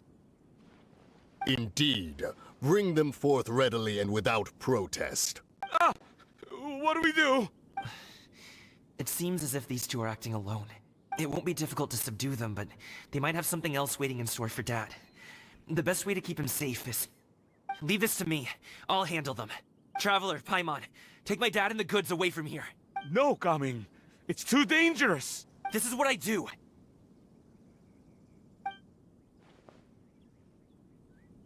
A thorny foe indeed. Let us depart and seek a target softer in blows and disposition. Don't think I'm gonna let you off so easily. Away! Let us away! Coming! Don't worry, he's a great fighter. Paimon's even seen him take down a dozen or so treasure hoarders all by himself. But coming, if he had just stayed by my side and learned the family trade, he wouldn't have to put himself in such dangerous situations. We just have to trust him. Let's go on ahead. We'd best get away from here, in case there are other bandits in the area waiting in ambush.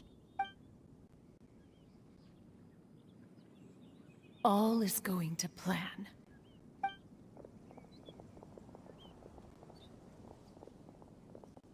Okay, we should be good to stop here. Yongli? Oh no, what is he doing here? Good sir, please, listen to me. Reel in your line and leave this place as quickly as you can. There are bandits in the area.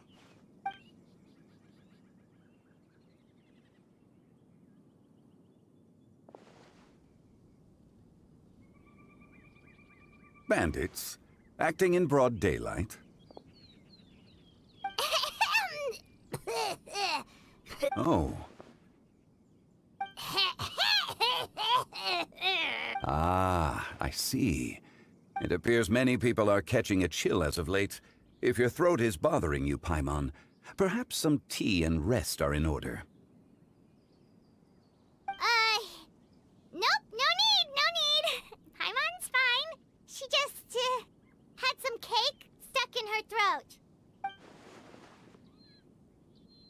If there are indeed bandits in the area, then we should inform the Millelith at once. Oh? Well, if that's the case.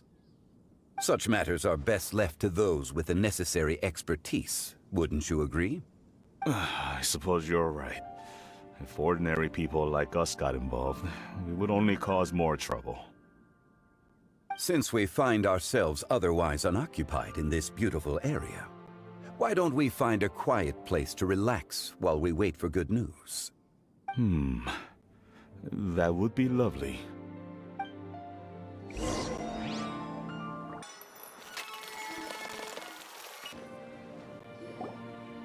So, Uncle Ip does have a reason to be worried. After all, Gaming, the guard we mentioned, is his son. Gaming. The name sounds somewhat familiar. Ah, yes. That is the name of the Usho dancer who has been performing around Liyue Harbor recently, is it not? Oh, have you seen him perform? Indeed. I cannot help but admire his skill. He truly encapsulates the spirit of the Suani. Usho dancing has become more well known in Liyue Harbor recently. However, although performers are seeing budding success, they have no doubt had to face many hurdles along the way. If you ask me, what truly deserves admiration is perseverance in the face of adversity. That is a rare attribute indeed. I have heard many of my acquaintances praise Gaming for his kind, selfless, and courageous disposition. To have a child so accomplished and upright, you must be a very proud parent indeed, Uncle Ip. Seems like Zhongli has decided to skip the formalities. Well, he's a hard worker, yes. You should be sure to tell him you think that when he gets back. Your son is young yet. It's normal for someone his age to be a bit hot-headed. It's understandable to find talking about such things in person difficult. If there's a particular sentiment you wish to convey, perhaps we could pass it along for you. No. It wouldn't be right to ask that of you. This thing between us has festered for many years now. In truth, there are some things that simply aren't easy for us to talk through. I've been in the tea business for most of my life, and I always hoped my child would do the same. Otherwise, how would he support himself? Over the past few years, I heard how well he was doing for himself as a guard. How his work was taking him to farther and farther off places. I also heard that he never gave up on wushou dancing. It made me happy. When you're young, you can handle all that physically taxing work and manual labor. What young person isn't capable of making a living that way? Every time I get to thinking like that, I cannot help but be reinforced in the belief that I was right. I often regret introducing him to wushou dancing as a kid. If I had known how things would turn out, I would have never taken him to see those performances in the first place. It is only natural for a parent to strive to send their child down the right path. No one would begrudge you that sentiment, Uncle Ip. You need not worry. You seem quite young, Mr. Zhongli. Yet you speak with such wisdom. Perhaps... Your words are too kind. Truth be told, one of my old friends has several grown daughters. Rather than fretting about their future, however, she prefers to let them find their own way. Then she's more easygoing than I could ever be. I fear I lack such an open mind. I meant to say earlier, there is no need to be so polite. Feel free to call me by my name, Ipdak. Sure. So, do you also think I fret too much, Mr. Zhongli? That's not exactly what I was hoping to convey. Only a fool would ask a parent not to worry about their child. But think of it this way. Raising a child is not unlike flying a kite. Hold the string too tight, and it can no longer soar. As my friend once said, if your children are aiming for the stars, clipping their wings will only cause them to come crashing down. You need to let out the line for a kite to soar. It seems I was too stuck in my ways. You need not reproach your heart for caring. You simply need to loosen your hold a little. Indeed, with such a big heart, why not allocate the time you usually spend worrying about Gaming to the pursuit of other things, like going for a stroll, drinking tea, or taking in the scenery? You never know what surprises could be in store. Things can change in the blink of an eye. The blink of an eye, you say? Do things change so quickly? Children grow up in quite the same way, do they not? Day after day, year after year, sometimes in the blink of an eye, but always when you least expect it. Yes, you can say that again.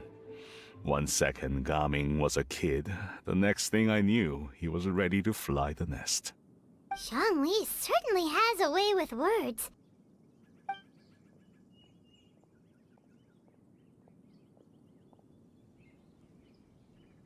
Oh, Gaming is back! Hey, Gaming, we're over here! Dad, Traveler, Paimon. Good, you're all here.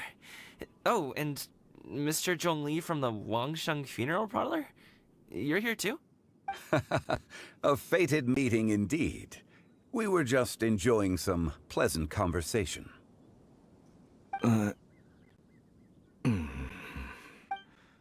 Is everything resolved? Well, you could say that. What does that mean? Traveler, Paimon, come with me. I need to talk to you.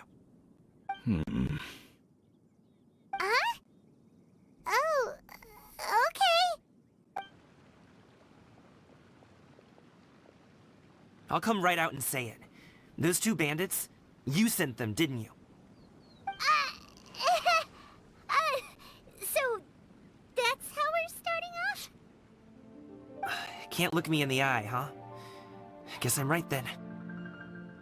Okay, but how did you know? At first, their mannerisms seemed a bit stilted. But once I got close, it was obvious that they possessed great skills. I was right on their tail, and it should have taken only a few steps to catch up to them, yet somehow I was never able to close that distance. People with that level of skill would have gone about things differently from the start, like sneaking up on us while we were distracted. Unless, of course, their real motive was to lure me away from the group all along. Wow, you're pretty quick on the uptake. I just have a lot of experience. I've dealt with many a ruthless bandit in my time, but I've never seen ones like them. In the end, I told them they would make good guards if they ever wanted to get back on the straight and narrow, and that they could hang out with me in Liyue Harbor anytime. You ever consider you might be a little too good at making friends? I'm guessing you guys were trying to help resolve things between my dad and me?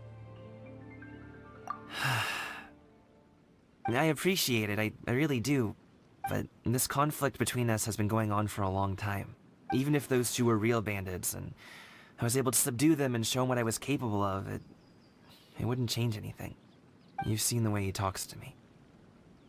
It's not like that at all! Your dad really cares about you. You should see the way he talks about you when you're not around. Zhongli was talking things through with him, and he nearly agreed to let it go. You don't believe us? He won't let it go. He can say as much as he wants to other people, but he won't talk to me. You told us you wanted to prove yourself to your dad. Why don't you tell him about all the hard work you've done these past few years? Will that even do anything? I'm not sure talking is enough. You won't know unless you try. Just like how you won't know if something is delicious unless you taste it. Listen to us. It's time to put these people skills to good use. You can make friends with anyone, so why not your dad? I'll do my best. You are very knowledgeable, Mr. Zhongli. I'm impressed. Despite my being in the tea industry for several decades, it seems I still have much to learn about the art of tea tasting. You flatter me. It was nothing but a few humble musings. How much tea have you drank since we've been gone? Ipdak and I have found many a common interest. Our friendship, much like a cup of tea, seems to grow stronger the longer it has to steep. Well said, Mr. Zhongli. Gaming, Mr. Zhongli is very knowledgeable. You should take the opportunity to learn from people like him when you're in the city. Huh? Oh, of course. Ahem. Zhongli? I have very much enjoyed our conversation, Ipdak, but I, unfortunately, have some unfinished funeral parlor business to attend to. Oh, I hope I didn't keep you. My apologies for taking up so much of your time, Mr. Zhongli. No need to stay on my account. When you're less busy, let's find a time to meet. I'll treat you to dim sum. It would be an honor. We'll see you off, Zhongli. You two have a nice chat, all right?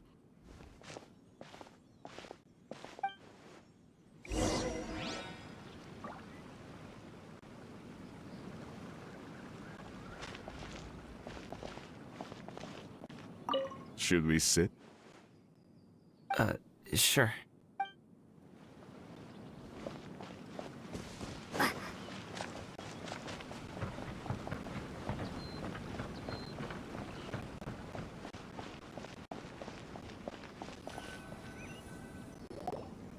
Thanks for helping us talk things through with Uncle Ip. Good thing you were able to pick up on what we were putting down. I have been around the both of you for some time now. You could say I have a certain level of expertise in that regard. As for my role in the conversation, think nothing of it. I hardly did anything noteworthy. You never change, do you? Why did you have us walk all this way? Paimon thought we just had to go far enough to be out of earshot. A friend approaches. Hello. So, you're here too? I've been here the whole time? ghostly kite. Could that elusive Director Hu be coming to Wangshu Inn once again? What is she doing here? I suppose it matters not. Given her relationship with Rex, well, Zhongli, I might as well go pay my respects.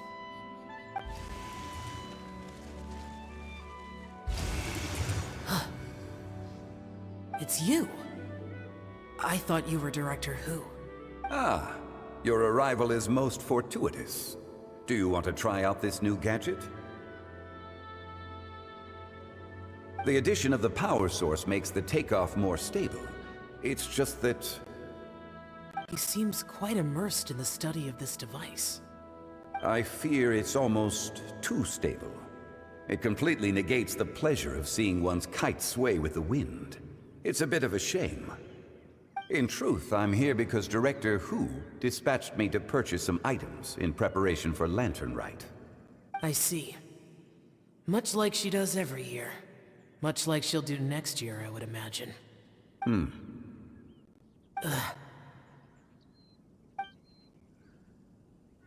I wrong?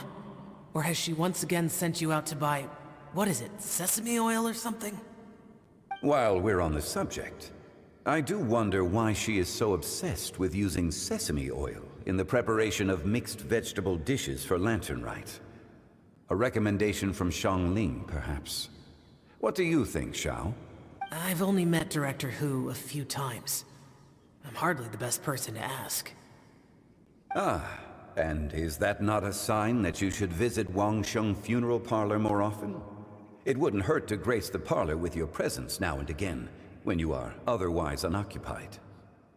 This one here is a traditional kite, one without any equipped mechanical device. Director Hu tasked me with studying the differences between the two to determine which one is of greater merit. Many hands make light work. Perhaps you could test out the other kite for me? All right. I have made my comparisons. If speed is what you're after, the mechanical kite is the better choice. Wonderful. I shall pass that information along to Director Hu. I'll leave these two kites with you. Perhaps you can find a few friends with which to partake in the activity. You might find it to be an enjoyable use of your time. Oh, wait. Who enjoys kite flying? Well, I would imagine someone of your talent and wisdom is more than capable of finding out. So, you were testing out the kites for Hu Tao and even roped Xiao into doing it for you? Paimon didn't ask earlier because the situation was, awkward. I would hardly say I roped Xiao into anything. I simply sought the help of a friend. Besides, we did the testing together. Seems like our pool of competitors is growing. Do you like kite flying, Xiao? I suppose I neither like nor dislike it. Although, watching a kite gradually ascend into the sky does bring me a certain peace of mind. Perhaps they're a bit like Xiao lanterns in that way. Kite flying is also a pleasant form of relaxation.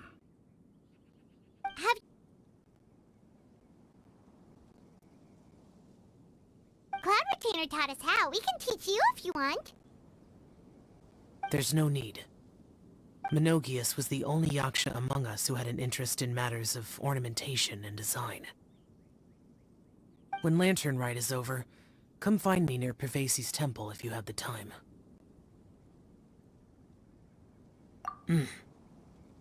It's getting late. I should go inform Director Hu of our findings. How's she been, by the way? Be sure to say hi to her for us.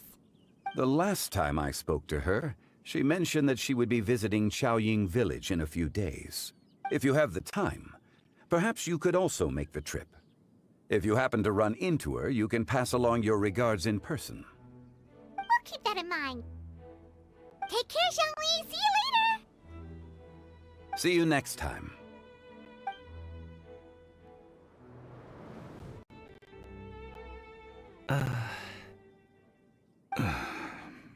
Coming. You can go first. I don't have anything to say. Then I'll go. I still don't want to leave Liyue Harbor. Oh. I can't say I support that decision, but... Hey, let me finish before you get all worked up. Sit, Shenhe, sit. You must be tired from your journey. Shall I pour you a cup of tea, or would you prefer something else to drink? No need. I'm not tired. They're gone, Master. Perfect. The time is nigh for us to make an appearance. Do you remember the plan one recounted to you? Yes, Master. We aim to give them a demonstration of familial love. So I'll have whatever you are having. All right.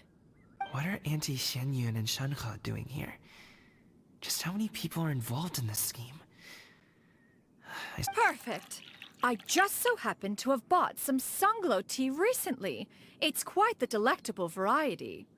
Or it would be if one has not been forced to drink it every day in the hopes of whittling down one's considerable stash.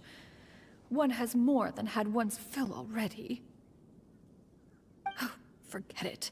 Such thoughts detract from the present need to keep up the conversation. Has work been busy during the holiday season? Do you need my help with anything? Drunk guests can sometimes cause trouble, but I deal with them as you taught me, by pinning their heads against the table. Are Auntie Xianyun and Shenhe serious right now?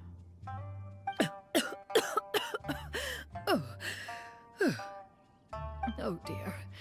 While one was busy orchestrating this act, one seems to have forgotten about Shenhe's various eccentricities.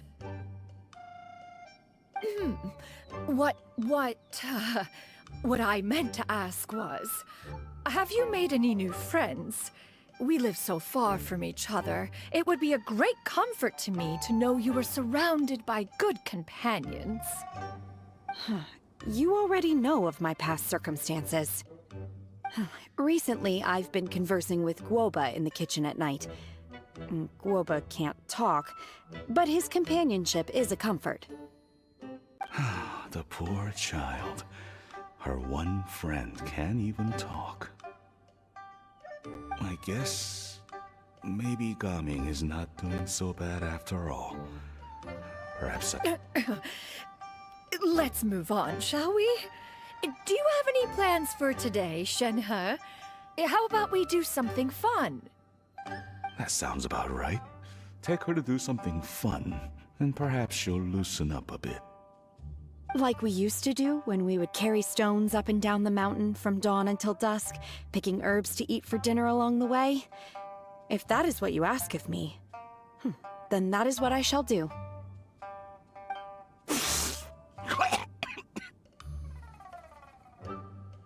Dad, here, have some tea. Or no, wait, best not have any just yet. Yeah. I simply can't listen to that any longer. Coming. I'd like to finish what I was trying to say before. I don't support your decision to stay in Liyue Harbor, because living there is too hard on you. If you come home, there will be people to help you. I'm not saying we have to live under the same roof. I know our personalities are too similar to avoid butting heads. But you'll have your entire family around you. Your aunts, uncles, they'll all do whatever they can to help. You could get a less taxing job, and we could grab dim sum together from time to time. Huh. I didn't know dim sum was such an important affair, Master. Shh. Just think about it, okay? Dad really has changed a lot. He would never have said these things to me before. But thank you, Dad.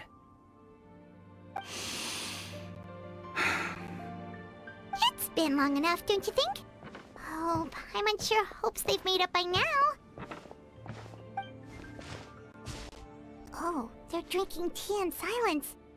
That's not a good sign. Did Xianyun's plan not work after all? missed you. Paimon's sorry we were gone for so long. We got to chatting with some friends and didn't realize how much time had passed. Perfect timing, actually. We seem to be just about done here. Yep, let's go. I'll get the bags.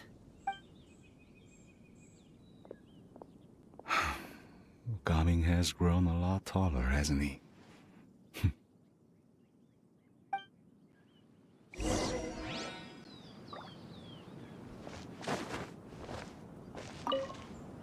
Master, did I say something wrong earlier? I tried to go along with your questions, but when I saw how you and that man reacted, I started to wonder. Not at all.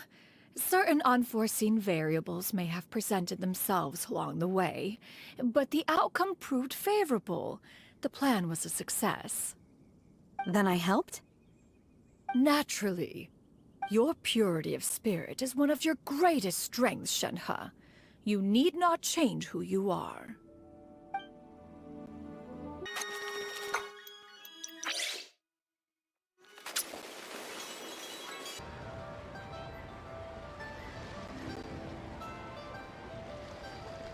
You must be Mr. Ip!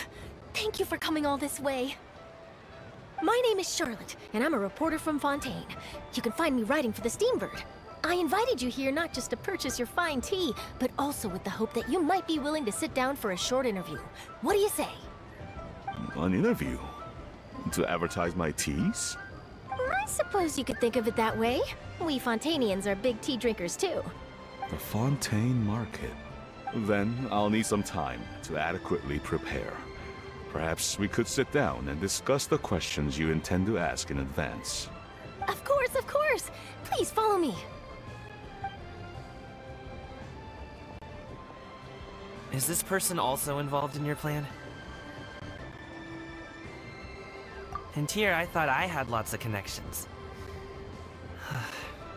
I suppose I've been humbled. You sure know all kinds of cool and important people. Over here! Yoo-hoo! Over here! Huh? What? Auntie Shenyun? She probably wants to talk about the next phase of the plan. Let's go while your dad is still distracted.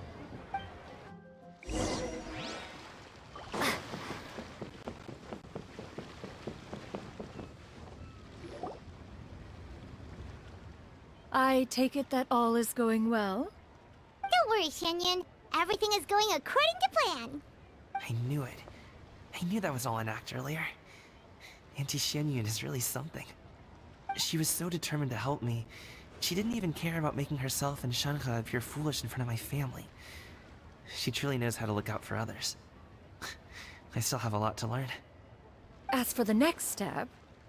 Oh no! What's wrong, Gaming? Don't tell me you're the ones footing the bill for all that tea. I can't let you do that. Fret not. Reimbursements will be made. Exactly. Think of it more as an investment, as Ningguang would say. We pooled together the Mora so that Charlotte could place the order. She's gonna bring it back to the Steambird as a gift, as well as a sample of the regional specialty. Fontainians will probably fall in love with your dad's tea as soon as they lay their eyes on Charlotte's article. And once all the money from the new orders begin to roll in, getting our Mora back will be a piece of cake. Oh, okay. Business-related matters always seem to go over my head, but I refuse to let you all lose Mora on my behalf. I'll pay you back right now. We can talk about such matters at a later date. There are more important matters for you to consider at the moment, are there not? Yes. I've been thinking about it the whole way here. I have an idea, but I'd hate to cause even more trouble for all of you. That is for us to decide. Yeah, we're all friends here. Plus, we wouldn't be here if we didn't want to help, right? Just tell us about this idea of yours. Okay. So, it's like this.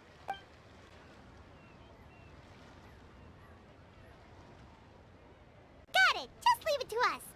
Let's split up and make it happen.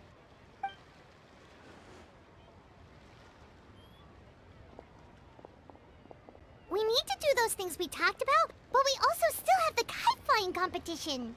Since Xiao already tested out those kites for us, Why don't we also go buy one of those mechanical thingamabobs or whatever they're called? We can attach it to our kite.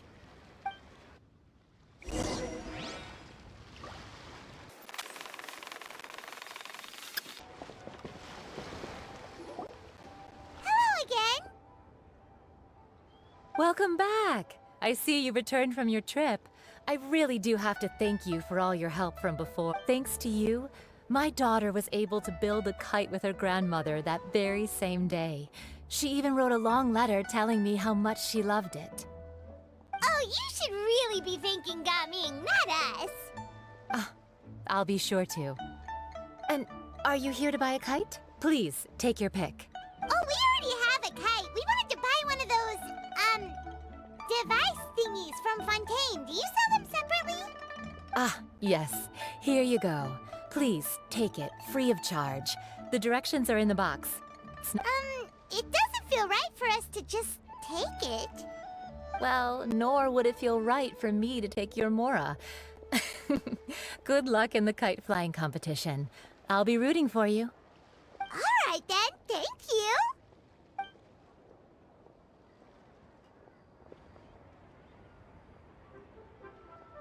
Phew, it's done. Let's get down to business.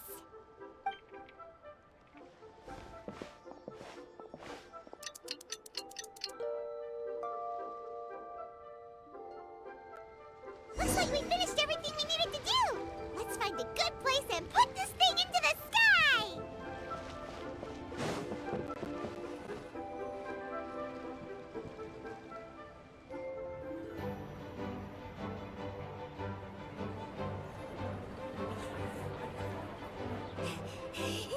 Chi-Chi, we're almost there. Okay.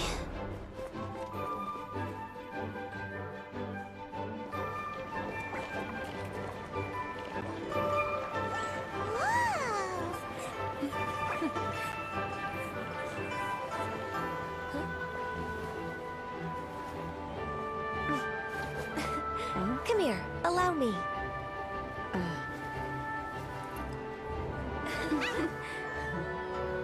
The lantern rite is as festive as ever!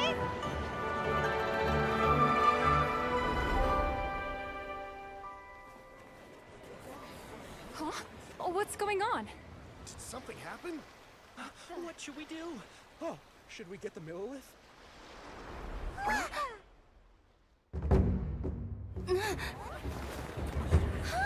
What's that?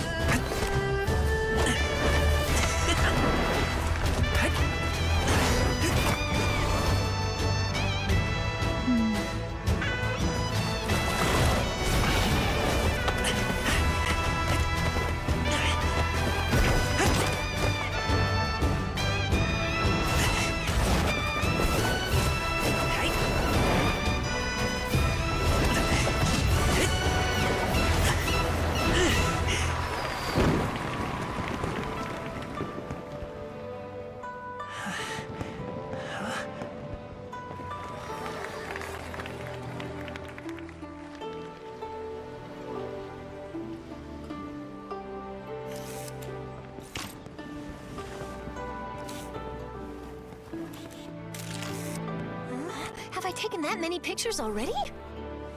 I need to load more film.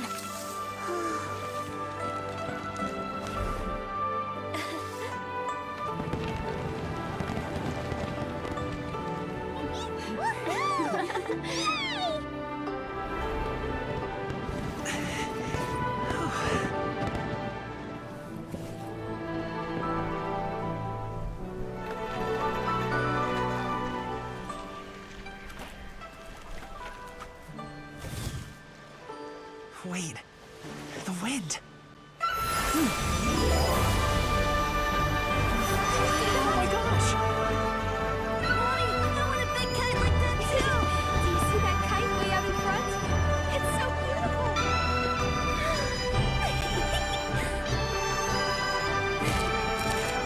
Happy Lantern Rite. Happy Lantern Rite.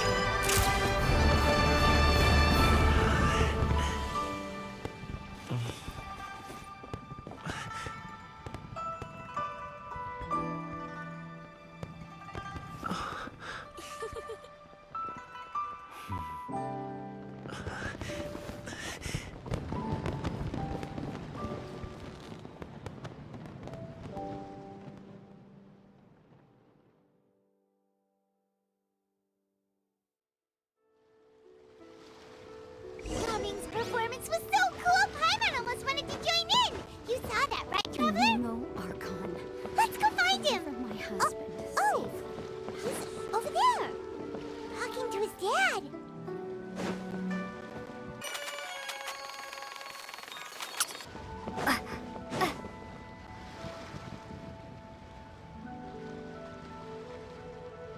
I think I'll head off now, if that's okay. Thank you, little girl. Do you want us to walk you back? No need, no need. Master is waiting for me right over there.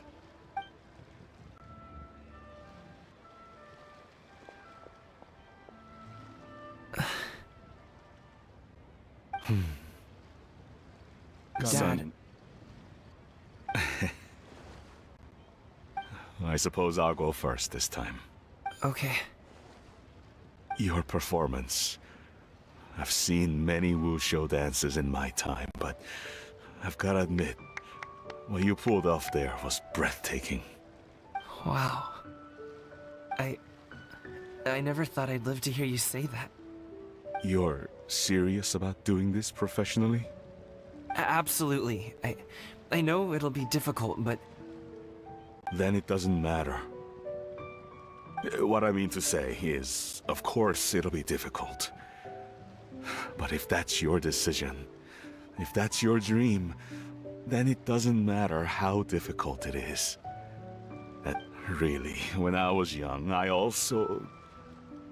Actually, how about we save that story of my past for another time?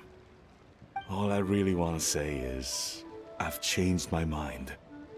Much like this kite, you also deserve to soar to new heights. Dad. Son. Son? Haven't heard that in a while.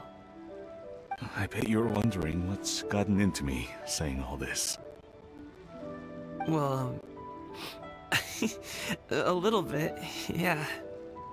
Anyway, I know I've never found the chance to say this before, but to me, Gaming, you've always been a great kid. All right, that's everything I've got. Did you have something you wanted to say, or...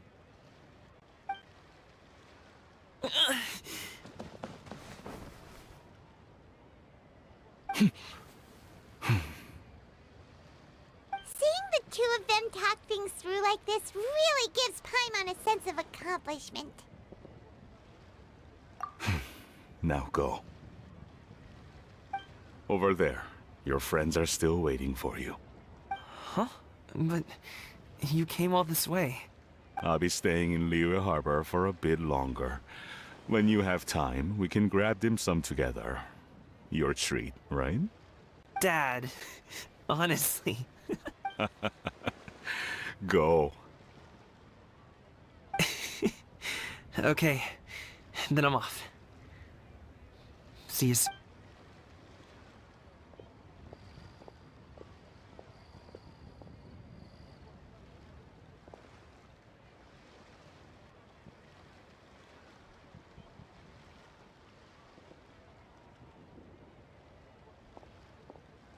That's quite the smile you've got there, Gaming. Really? It's nothing to be embarrassed about. I'd like to find and thank Auntie Xianyun, as well as everyone else who's helped me out. If everyone has time, maybe we could all get together and go fly a kite.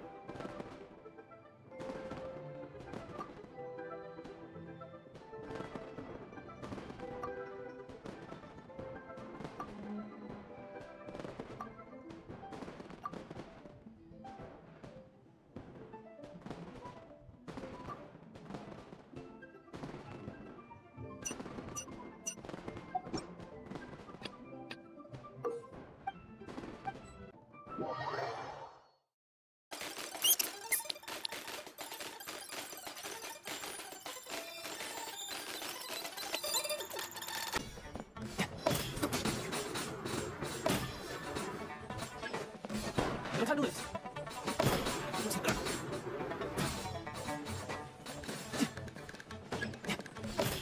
Amateur mistake. No time to lose.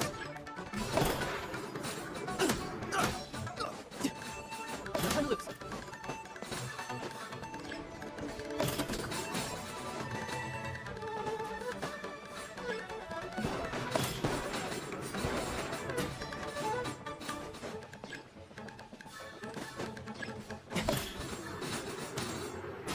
No time to lose. No time to lose.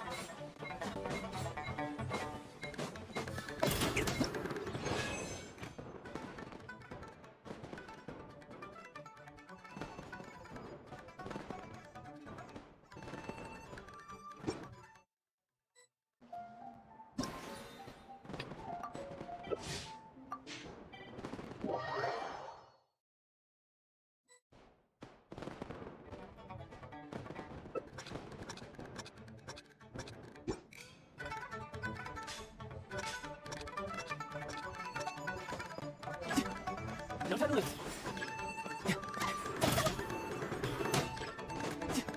No time to lose.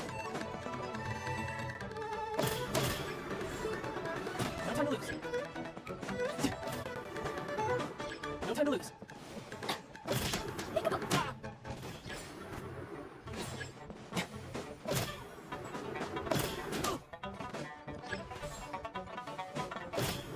No time to lose. No time to lose.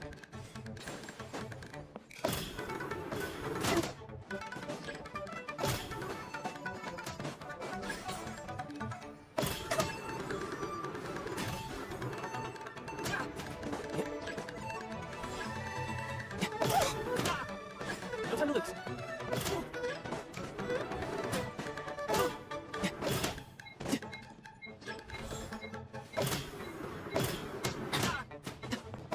Yes, I got your mistake.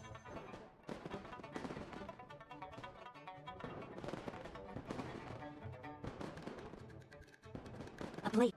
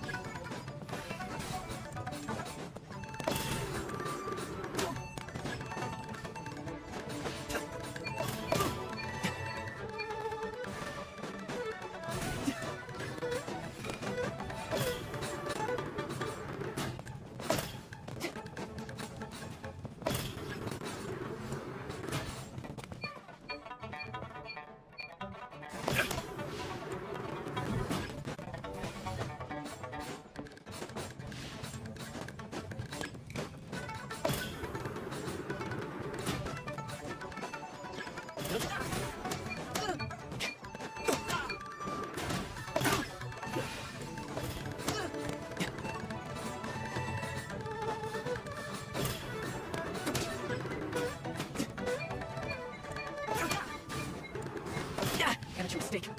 No time to lose.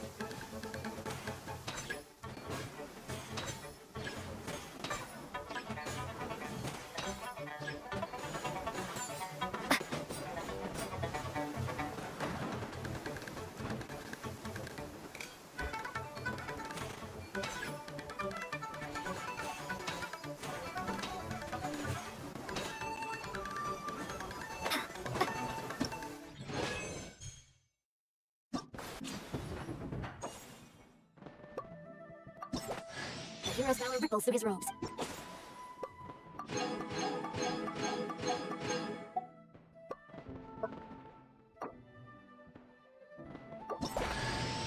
Hey, boss. The name's Gaming. I'm a guard from the communications office. So, all this needs shipping, right? No. You grab a seat and have some tea. I'll get these packed up for you, no problem. It'll only take me a minute, then we can get the delivery scheduled. Oh, and if you ever want to book a wushu dance, me and my crew are available in a heartbeat. The troupe's called the Mighty Mythical Beasts, and I'm the head. Not to brag or anything.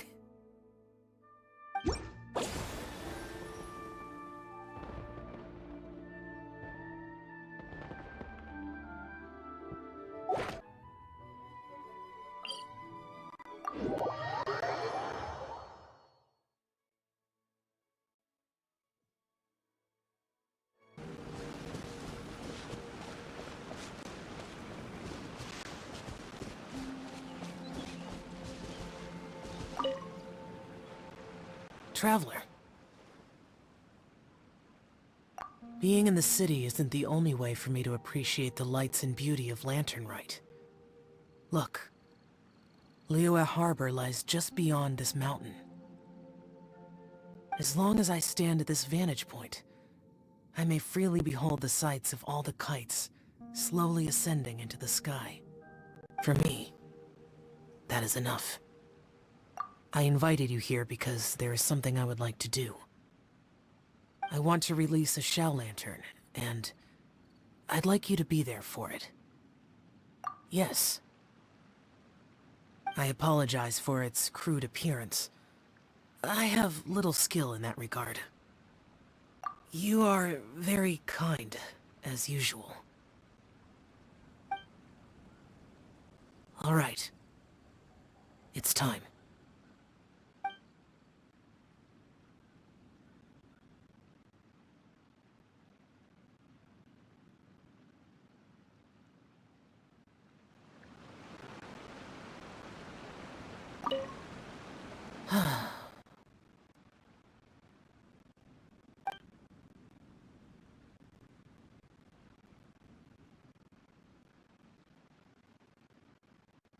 Traveler, thank you.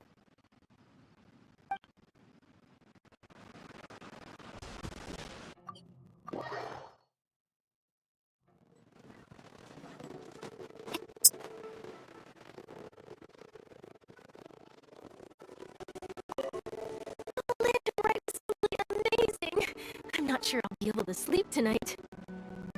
Oh, that? Yeah, interesting story. It was invented by a guy from Fontaine. His name is Ildison. He's always tinkering away at some mechanism or another. He's even asked the Steambird to write about his inventions on more than one occasion. I believe I have a direct quote from him about this particular one. Yes, here it is. The device is powered entirely by mechanical components without the need for any additional energy source. Basically, it's a manually operated cranking device. How high it can fly entirely depends on how much force you can exert. Combining this invention with a kite. What a great idea, right? Oh, my conversation with Mr. Ip went really well. I've already sent the first draft of my article back to the Steambird. It's a piece that contains all the pertinent information while also telling a story. I'm quite proud of it. Oh, that reminds me. I should thank everyone who made this possible for me. Especially that spirited lady with those peculiar tricks of face. Miss Shenlian was there. It was all thanks to your connections and creativity. I would have never thought I'd be able to bring such a special gift back. This was my first time experiencing a foreign holiday in person. It was so exciting! The festive atmosphere, the contagious holiday spirit, the profound, storied cultural traditions steeped in symbolism. Oh, I almost forgot. Kuching even gave me a kite with a poem on it that she wrote herself. It goes, "Dreams are like paper kites. With them do our hopes take flight. Sailing high above the clouds, they yearn for something more profound. Yet try we may and try we might. A deeper truth waits in plain sight. Though we hang our hopes in skies abound, many joys lie on the ground." I want to include this poem in my special feature on Lantern Rite. I'm sure a lot of people will love it. Yep, and happy lantern right to you.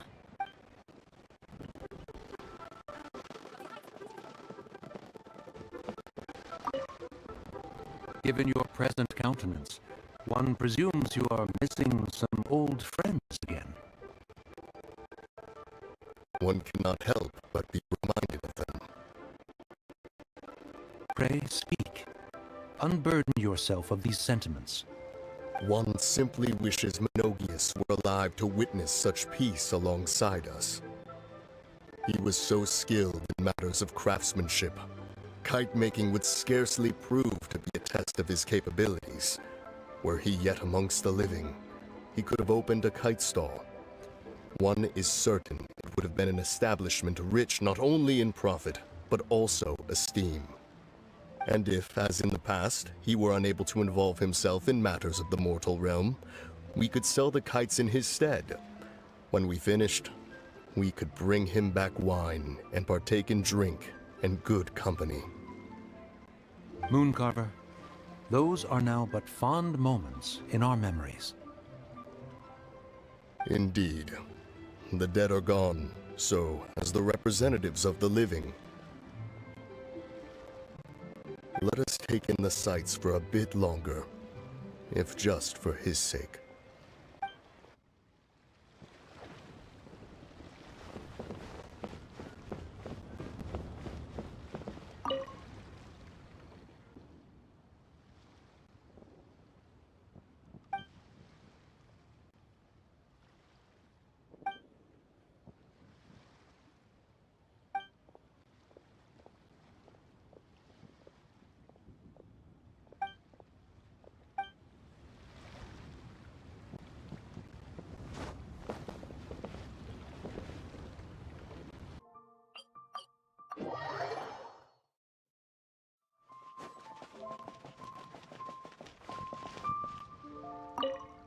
I don't get it. Is something wrong, Shenhe? Tell me. Perhaps I can help. The color black doesn't get dirty easily, so I thought this outfit would be acceptable to wear to work. But Xiangling told me it was inappropriate. But inappropriate? How? She probably just meant the outfit isn't suitable for that particular environment and occasion. But for a festival gathering with friends, a nighttime stroll, or an important banquet, your outfit is more than appropriate, Shenhe. So you're saying it's only something I should wear in front of important people? I suppose that's another way to think of it.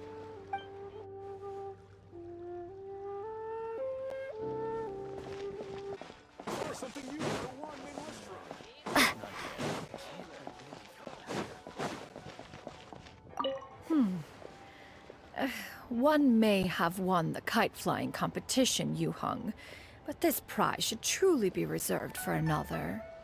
You need not be so humble, Honored Adeptus. Among all the kites, yours was quite literally a cut above the rest. Please accept this prize. Besides, I'm quite certain we owe a fair share of the success of this year's lantern rite to you. If you insist, then one can hardly continue to refuse. However, there is another matter with which one would ask your assistance. Of course. One would be much obliged if you could distribute this case of Sunglow tea among the Millilith on duty. The security of the festivities rests entirely on their shoulders, after all. Cloud Retainer is so thoughtful and attentive to others' needs.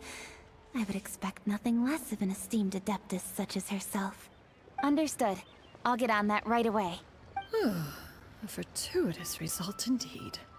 One's tea surplus has hitherto resolved itself.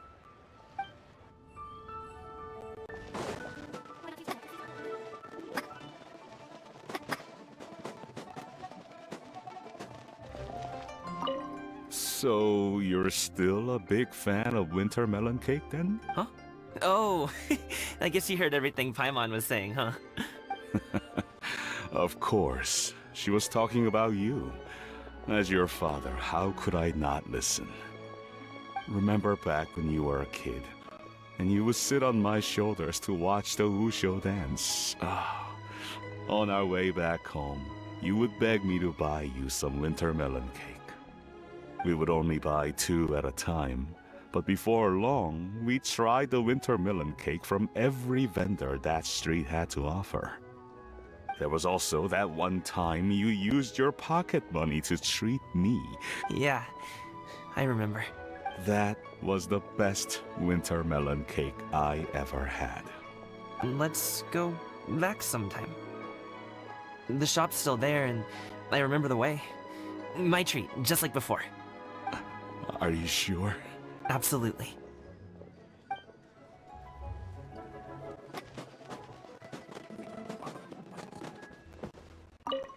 Our kite is so high up. Thank you for inviting me, Yao Yao. I am having a lot of fun. I'm glad. If you want, we can go fly kites some other time, too. The fun doesn't have to end today. Really?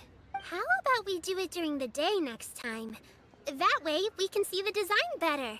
When it flies super high up, it will look exactly like a real finch. Okay. Can I take this kite to bed with me? But of course.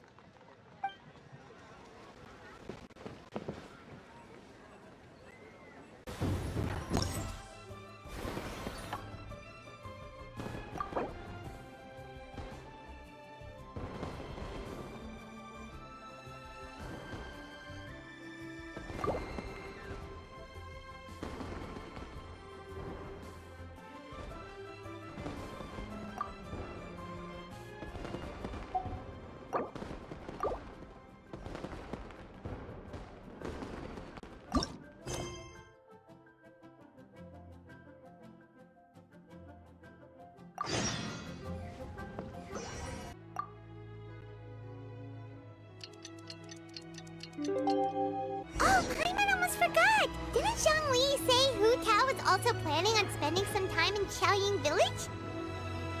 We didn't have anything else to do today, right?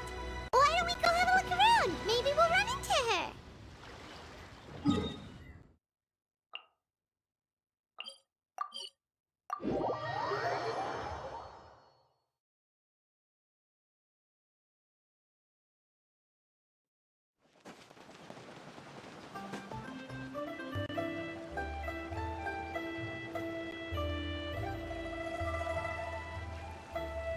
The mountain air is so refreshing!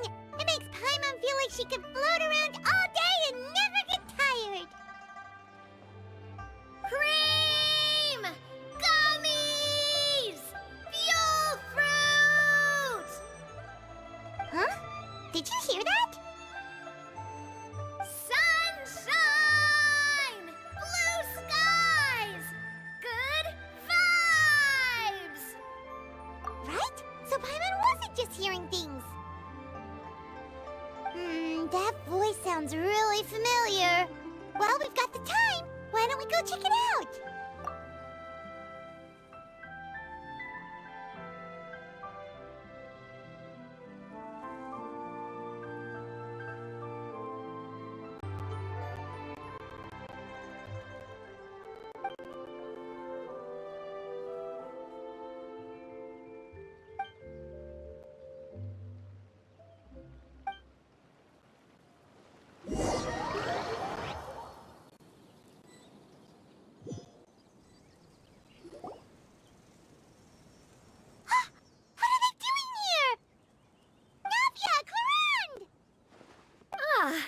Well, if it isn't my dear partners. See, I told you that something good was going to happen during our travels today. I have to say, sometimes the Steambird's astrology column is spot on.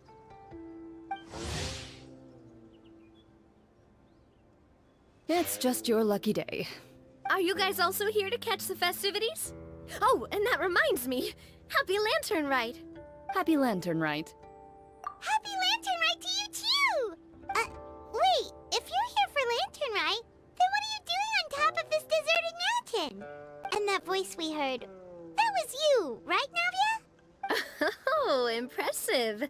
You could tell it was me from that far away. You've got... That or your voice is just really loud. Well, of course it is. After all, I'm a boss. Indeed. I suppose it's an asset. Sure is! Having a loud voice is a handy tool when it comes to communication. Wait. That wasn't even Paimon's point. Paimon just wants to know why you two were shouting from the top of this deserted mountain. There was something about almonds, maybe? And buell fruit? Ooh, is it some sort of secret code? No, it's not a code. The words are meaningless. Perhaps, but the act of shouting was very meaningful indeed. That's just what mountain climbers do, right? After all the hard work it takes to make it to the top, as you stand on the summit looking out at the vast scenery, it's not easy to resist the urge to release those emotions. Exactly. You get me, partner. I was afraid that it would cause a disturbance, so I asked the locals around here, and they said it was fine. Apparently most hikers like to shout when they get to the top, so the locals are used to it by now. So, you see, it's not just me. I guess everyone shouts from the top of a mountain at some point in their life. Speak for yourself. When you're stressed, don't you ever just get the urge to do something for no reason?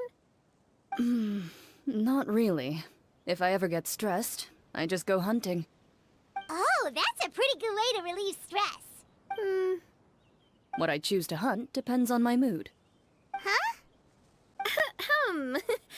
Anyway, why don't you two give it a try? Shout anything you want. It's a real stress reliever. As long as Paimon has clothes on her back and food in her belly, Paimon doesn't think there's any stress that needs relieving. Oh, I bet you guys are just too embarrassed to let loose. No need to be shy. Even Farina was shouting from the top of this mountain earlier. Huh? Did Paimon hear that right? Farina's also here? In Chiang Village? Believe in your ears. It is indeed as you heard. Actually, the reason we climbed this mountain in the first place was also because we heard the sound of shouting. Yes, we could just about make out someone yelling things like, "Help me!" and "What should I do?" So we hurried up here to check it out. And what do you know? Miss Farina was standing right there, all red in the face. She practically sprinted back down the mountain the minute she saw us. Ah, that reminds me. I believe what she actually said was, "So help me, I will figure out what I should do about this script." So, you could actually hear what she was saying? Why didn't you say so earlier? I thought someone was really in trouble. I figured we would come check out the situation either way. Why not let her keep some privacy? Oh, seems like you caught Farina in the middle of some stress relief as well. She probably would have never thought. No, she definitely would have never thought she would run into anyone she knew all the way out here. I think so. We ran into Nervalet on the way here as well, but he was already on his way back, so they probably weren't together. What? Nervalet was here too? What was he doing here? It couldn't have been for vacation. I think it just might have been, actually. But apparently he only stayed for half a day before heading back. He's a very busy man. Nervalet is not the type to take much time off. Taking even a half day for himself is already a huge step in the right direction. Didn't Charlotte publish an article on the Liyue tea industry recently? Maybe he was inspired to come buy some tea after reading that article. You know, just like you were. My situation is completely different. I'm here because I was asked to accompany you. The tea purchase is simply an added bonus of this location. You Fontanians and your tea drinking. Oh, it's not for me. I lost a bet with Wriothesley, and now I have to buy him something. It was just a spur-of-the-moment sort of bet. Wriothesley gets really invested in that sort of thing, but he couldn't care less about what he wins in the end. You could give him mint plants that you plucked from the side of the road, and he wouldn't even mind. If only he was that easygoing when it came to talking business. In any case, I'm pretty sure the tea you bought is this region's specialty. What is it called again? Ah, yes, that's the one. You didn't really buy 10 boxes, did you? Please, do I look like someone who would fall for that sort of marketing trap? That reminds me. You guys said you only came up here because you heard my voice, right? I hope it didn't put you out. Oh, that's right. Who tell?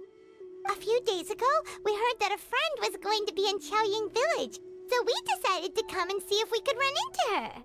Oh dear. We've been chatting for quite some time. I'm sorry for keeping you. That's good. We should probably head out and look for Hu Tao. No need to stay on our account. We just got up here, so we're gonna stay around for a little longer. Go and meet your friend. We can meet up in Qiaoying Village later. Sounds good. We're gonna head down the mountain then. See you.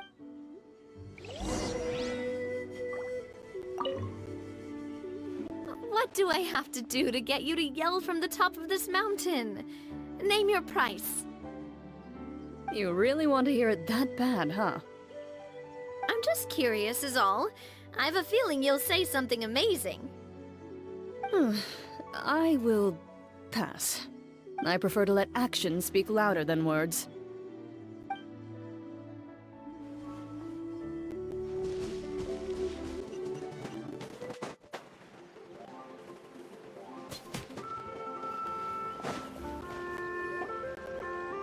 Qiaoying Village is known for its tea, but you know what else they have with tea? That's right, dim sum! Didn't Gaming say something about dim sum being eaten in the morning? Oh, Paimon wonders if we can still get some at this time of day. Oh, well that's fine too. Paimon doesn't care what kind of tea it is as long as it comes with some tasty snacks. Now, let's see what kind of yummy things we can find around here. Paimon's not seeing things, is she? Is that Farina standing between Zhongli and Hu Tao? Wonder what they're talking about. Zhongli knows a lot of stuff. Maybe he's telling Farina about Qiaoying Village. Oh, or maybe Hu Tao is trying to rope Farina into being one of her clients. Hey, this isn't the Fortress of Meropide, but Paimon could be convinced for the right price. Let's say loser buys the winner 3 huge bowls of seafood kanji. Since Zhongli is there, Paimon bets things are pretty tame.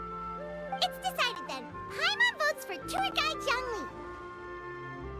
All right, no time to waste. Let's go see who's right.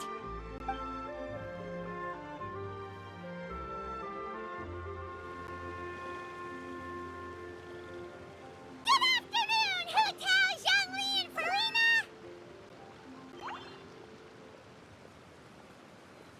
Oh, great. Now Paimon's shouting too. Oh, well, aren't you a sight for sore eyes? Seems like our luck just keeps on growing. That we were able to meet you both without prior arrangement must mean that this is quite the serendipitous meeting indeed. Huh? Oh, so both of you are acquainted with the Traveler and Paimon then? Looks like someone's learned a thing or two from Zhongli. I must admit, I am a bit surprised to see you here, Traveler. But seeing as you're a hero who's been all over to that, it makes sense that you would be well-traveled and well-connected. Since we have found ourselves in each other's company within this fertile land, allow me to take this opportunity to wish you a happy Lantern Rite. It appears you have been to Fontaine then. Given your proclivity to spread good deeds wherever you go, it's no surprise that you would make the acquaintance of a celebrity as illustrious and celebrated as Miss Farina. That's quite high praise. What I mean to say is, you flatter me, Mr. Zhongli. Although I've built up a certain following within Fontaine, it is no reflection of strength or wisdom. I stand before you right now as nothing more than an ordinary traveler in search of beautiful scenery and creative inspiration. There is definitely more to Mr. Zhongli than meets the eye. I could tell as much from our conversation earlier. Given his breadth of knowledge on both academic and worldly matters, there's no way he hasn't heard about what happened in Fontaine. Is he just feigning ignorance for my benefit? No. You're no common tourist. I simply won't have you talk about yourself that way. Oh, Does that mean Hu Tao also knows? You may not have heard, friends, but... Miss Hu Tao. Miss Farina is now one of my esteemed clients. Yup.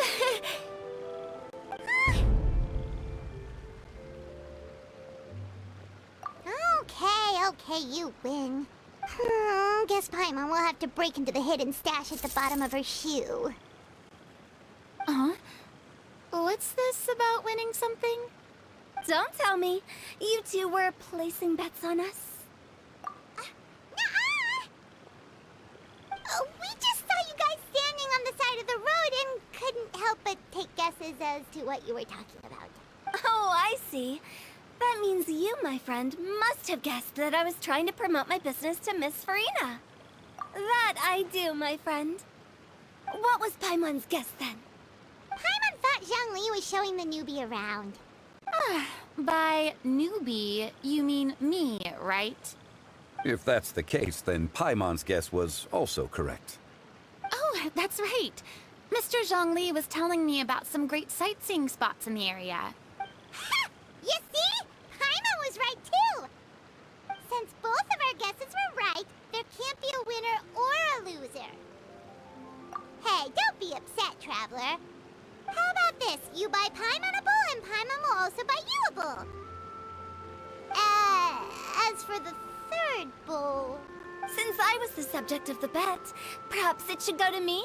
You know, as a congratulations for the huge deal I just struck. I was just joking. Anyway, I should be the one treating you. The funeral parlor is about to bring in quite the sum after all. Oh, Paimon almost forgot to ask about the most important question. Did something happen recently, Farina? Huh? What do you mean? Well, you know, with you enlisting the services of Wangsheng Funeral Parlor and all. Oh, well, yes. Really? Oh no. Paimon is so sorry for your loss. Although Paimon may have not known the person, please accept Paimon's deepest... Whoa, it's not like that, Paimon. Huh? But Paimon just thought, since you hired the services of a funeral parlor and all... Hey, it's not that big of a stretch. Really, Paimon? It's not like you don't know me. Do I look like I know anyone who would ask me to coordinate their funeral?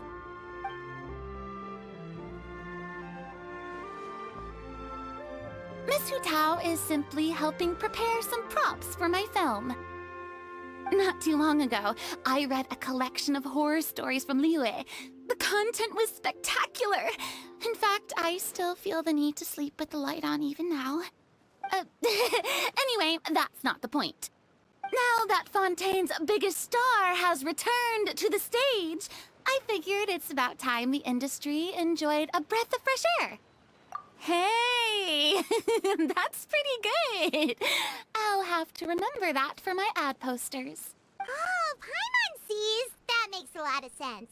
So, did you come to Liyue just to enlist the services of Wangsheng Funeral Parlor? Well, not exactly. My original plan was to just relax and enjoy the sights. But then I ran into Miss Hu Tao and Mr. Zhongli, and well, you know the rest. I suppose it was meant to be. It was a fated meeting indeed. Zhongli sure loves his lofty turns of phrase. But if you ask me, it's all thanks to that man who stopped to ask for directions. Oh? Who was it? It's someone you know. Wanna take a guess? What? How did you guess that on your first try? Very impressive, my friend. Your guessing game is spot on today.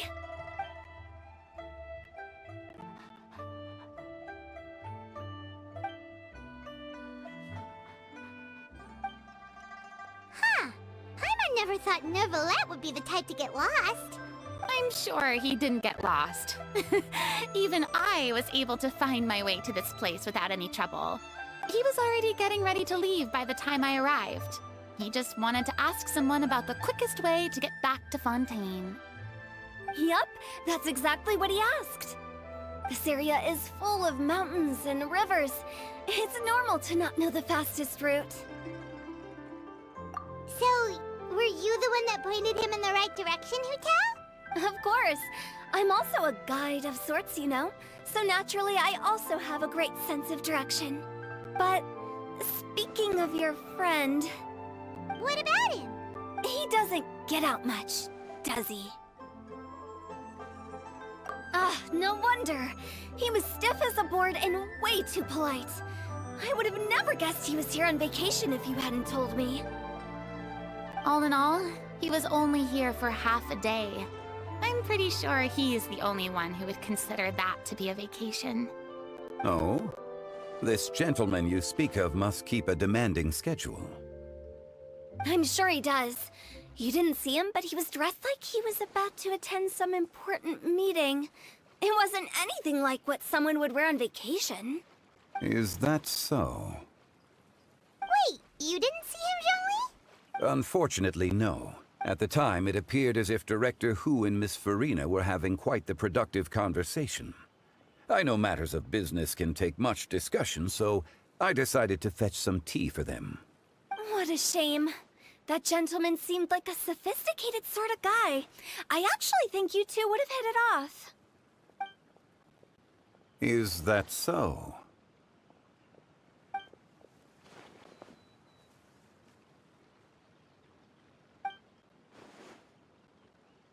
Hmm?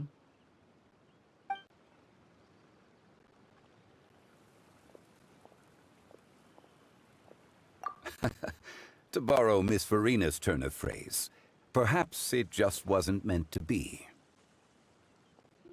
Well, with the Traveler around, I'm sure you'll have a chance to get to know each other at some point. That's right! She's got more friends than she knows what to do with!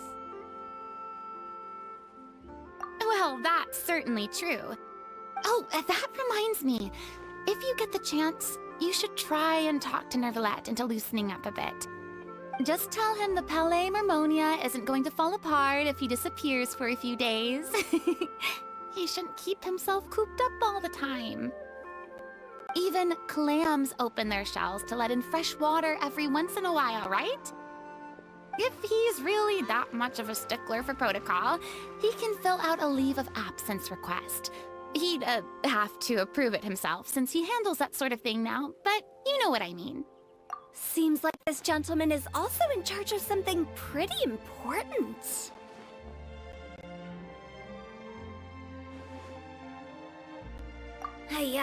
Sounds like a pretty uptight sort of guy, all right. In my experience, a leader needs to be able to roll with the punches. That also includes knowing when and what to prioritize. It seems like your friend still has a lot of growing to do. If I remember correctly, he's already several thousands of years old. You're quite right, Miss Hu-Tao. Oh? Traveler, Miss Farina. Those two individuals over there appear to recognize you. Oh, it's Navia and Clarand! Hey, over here!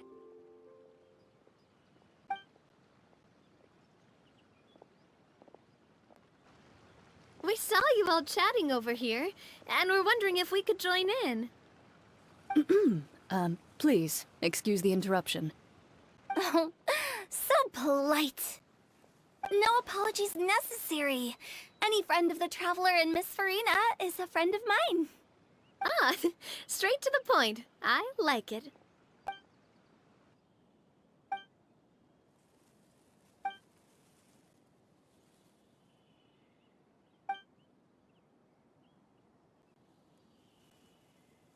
It's getting late. If we want to catch a boat back before dark, we should probably get going. Indeed. Then, Miss Farina? Oh, yes? When are you planning to head back? Do you need us to escort you? Oh, I don't think that will be necessary. I mean, you're not my subordinate anymore. You don't need to look after me. I didn't mean it that way. It's normal for friends to travel home together if they run into each other on the road. There are a lot of mountainous roads in this area. I imagine they'll be even harder to navigate after dark. Exactly! Just like in those ghost stories. 8 paths converge in a wood. Beside them an old house is stood. If you dare to go inside, not a soul will greet your eye. But if you take a closer look, there may be something you mistook. A candle flickers to and fro, yet there is no wind to make it so. What is its secret? What could it mean? In this wood, where mystery screams. My dear demoiselles, ladies, no, I mean friends, please take me with you. Of course. Gotta say, Farina, you are really quite the character. By the way, did I hear you mention that Clorand used to work under you? Then you must have also been a leader at some point. Well, that's, all in the past now. Besides, being a leader is hard. It wasn't the right job for me. I prefer how things are now. I can come and go as I please, and get to enjoy the sweet taste of freedom. I see. Well, you've certainly picked an apt place to relax. Xiaoying Village is an exemplary choice. Only the best. And I've learned a lot, too. Thank you so much, Miss Hu Tao and Mr. Zhongli. It's fine. You thanked us more than enough already. The next time you're in this neck of the woods, I'll treat you to some dim sum in the city.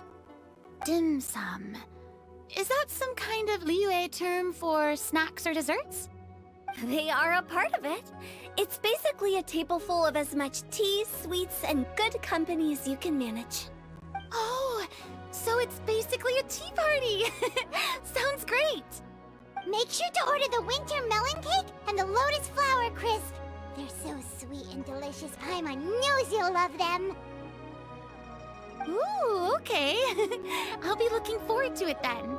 Wait, but didn't you guys say you were here on vacation? How come you're all going home empty-handed? Of course I am. I bought tons of fun things to bring home with me. A kite, a parasol, a little tin frog that jumps. Oh, and a stuffed toy of a mythical beast. Clorand is the one who didn't buy anything for herself. So, all you're bringing back with you is that tea? And some tea-flavored hard candies. They're for Sishwin. Clorand isn't much of a shopaholic. Well, one of us has to practice restraint. Hey, I'm hardly reckless with my Mora. I'll have you know, all the purchases I made today were well within my budget. Me? Oh, well, I bought some tea, of course. I just had to try all the varieties recommended in the Steambird. Other than that, just some bits and bobs, you know. A little bit of this, little bit of that. They should all be things I can use, I think. Now Paimon's even more confused. If you bought that much stuff, where did it all go? Into one of Linny's magic packets? Oh, actually... Monsieur Neuvillette took them with him. Oh, so that's what happened. Wait, what? Why did he take them? He's not hoarding treasure, is he? That's quite the imagination you've got there. Monsieur Neuvillette just saw the amount of bags we had and offered to take them back for us. I felt a bit bad at first, but, I really did have a lot of stuff. He even offered to deliver my gifts to the Fortress of Meripede for me once he's done with the day's work. Neuvillette is a man of his word. If he says he can do something, then he means it. See, even Clorand was happy to take him up on his offer. If even his trusty subordinate agreed, then who was I to refuse? Wow, he seems like a real gentleman. Maybe he's not as uptight as I thought. If only the funeral parlor had an employee as thoughtful, proactive, and responsible as him. Right, Zhongli? Indeed. Corinne said Neuvillette offered to deliver her gifts to Risley. So if we go to the entrance of the Fortress of Meripede, maybe we'll run into Neuvillette. But we don't know exactly when he'll show up. Oh, that reminds me. A new year of work is about to begin. If there's anything you want to talk about, Zhongli, you know you can come to me. I'm all ears. Does the director have any concerns? It just seemed like you were a bit preoccupied today, and much less talkative than usual. You barely said anything other than, "Is that so?" and "Indeed." If you ask me, I'd say you're having a midlife crisis. You're getting to be around... Is that so? Ugh. I jest. Given its distance from the city, Chaoying Village enjoys a much slower pace of life. Surrounded by such peace and tranquility, I also seem to have developed a proclivity for inactivity. I apologize for making you worry. I see. What do you think, Traveler? Is this atmosphere putting you in a lazy mood too? Wow, you are getting really good at these kinds of lines. Indeed.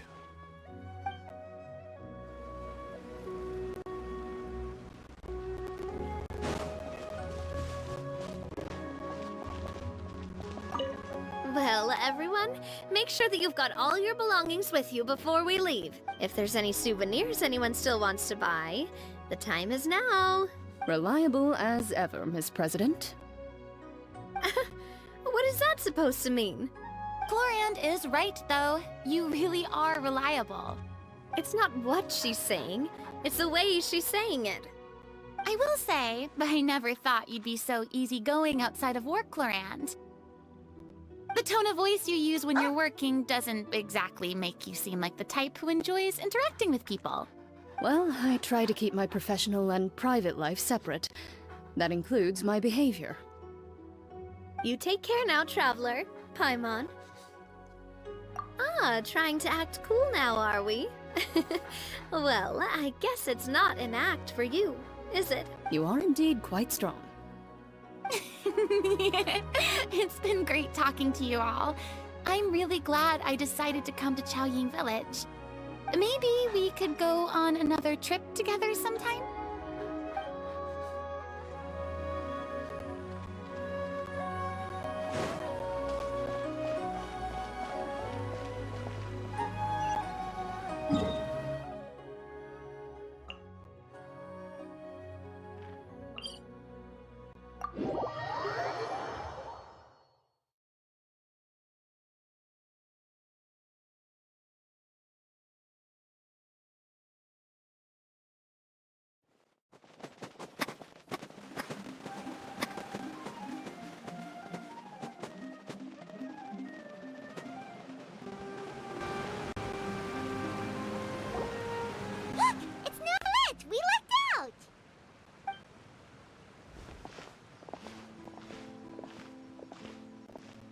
Oh, it's you.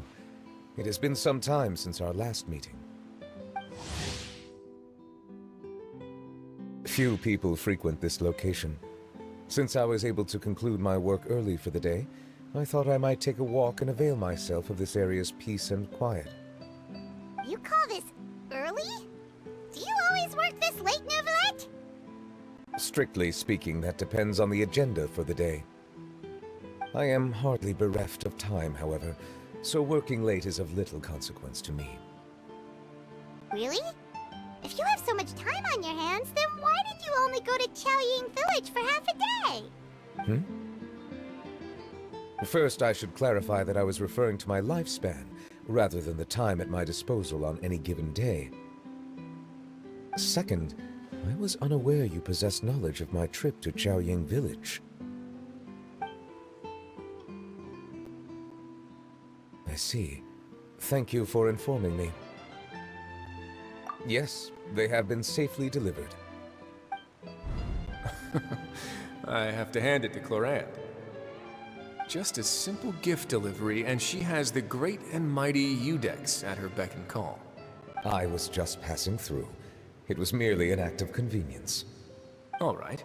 Then I hereby confirm receipt of the goods on behalf of the staff of the Fortress of Meripede. A verbal receipt of confirmation? Is such a formality really necessary for a small matter such as this? Guess not.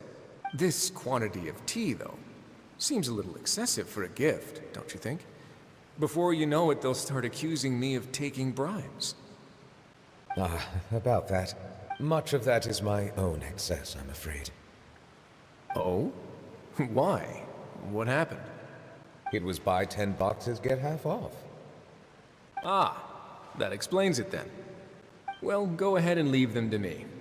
I'll get through this stash as fast as I can. You have my thanks. Oh, there's something else I'd like to give to you. This is a stone slate, engraved with a symbolic design. While that is an apt description, it is in actuality a legal codex. A legal codex, huh? Before the advent of modern writing utensils, information was recorded on stone slabs such as this. The law was no different. Okay. Since ancient times, the scales of justice have symbolized the fairness and impartiality of judiciousness. As a tribute to that sentiment, this slate was designed after a traditional legal codex and engraved with a symbol instead of text. During my travels recently, I chanced upon a roadside stall offering tourists the opportunity to try their hand at the ceramic arts. We joked with Clorand some time ago about gifting you a legal codex. So, here you go. Ah, so that's what this is about. I did not expect you to remember it as well. In any case, I hope this can be considered as a reasonable attempt to join in on the banter. It is a very good attempt. I suppose I shouldn't be surprised. Even your sense of humor centers around the law. That's an impressive level of commitment. Well, a gift of this significance deserves to be put on display, and I know just the place. Front and center in the Fortress's showroom. Ah, surely there's no need for such a grand gesture. Just kidding. I don't have anything like a showroom. But we do have a storage room. We can put it next to all the mechanical parts Sijuin has collected. That sounds good to me. So that's what you were doing in Chaoying Village. Indeed. Of course, while I was there, I also took the opportunity to taste the local spring water. The aftertaste is much purer than what I have delivered to me in Fontaine. It stands to reason that the long-distance transport has a tendency to imbue the water with extraneous emotion. If you want to experience the true flavor, you simply have to go to the source. Perhaps I should organize some time off to do the same elsewhere. Then we are of the same mind. It appears my desire is justified. If you say so, but you know you don't have to justify a vacation, right? You can just take one. After all, you're heartily bereft of time. You can do whatever you want. You're quite right. I suppose I suffer not from a lack of opportunity, but rather a lack of inspiration. However, after reading a few articles about Liyue's holiday traditions, the idea popped into my head and made itself quite at home. Seeing as I was free of responsibilities for the morning, I decided to depart at once. Refreshing. My spontaneous outing seemed to inspire quite a few other spontaneous decisions as well. Take, for example, my foray into ceramics. At first, soil from the ground is granular and unforgiving, but add the right amount of water, and it becomes soft, moldable, and able to take shape. In the past, I never thought about how quotidian vessels were crafted, but now I have participated in their very making. This is also something I made today.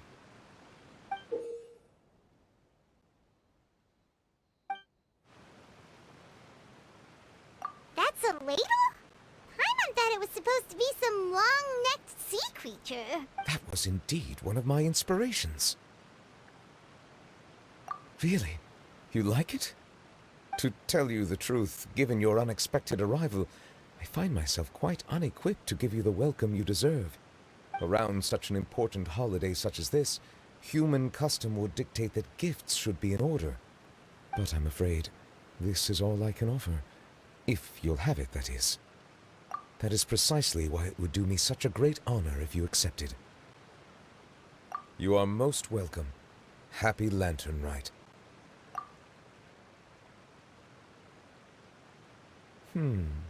Approve a leave of absence request for myself. That sounds like it could easily lead to a vicious cycle of self-indulgence, something which couldn't be in further violation of protocol. But I suppose I understand her point.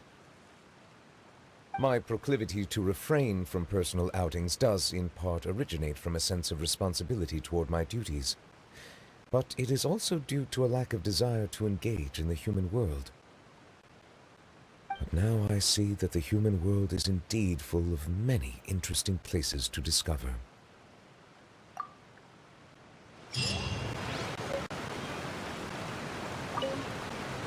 Lantern Rite marks the start of the new year in Liyue. In the spirit of the season, then, I wish you a year of success as vast and endless as the open ocean.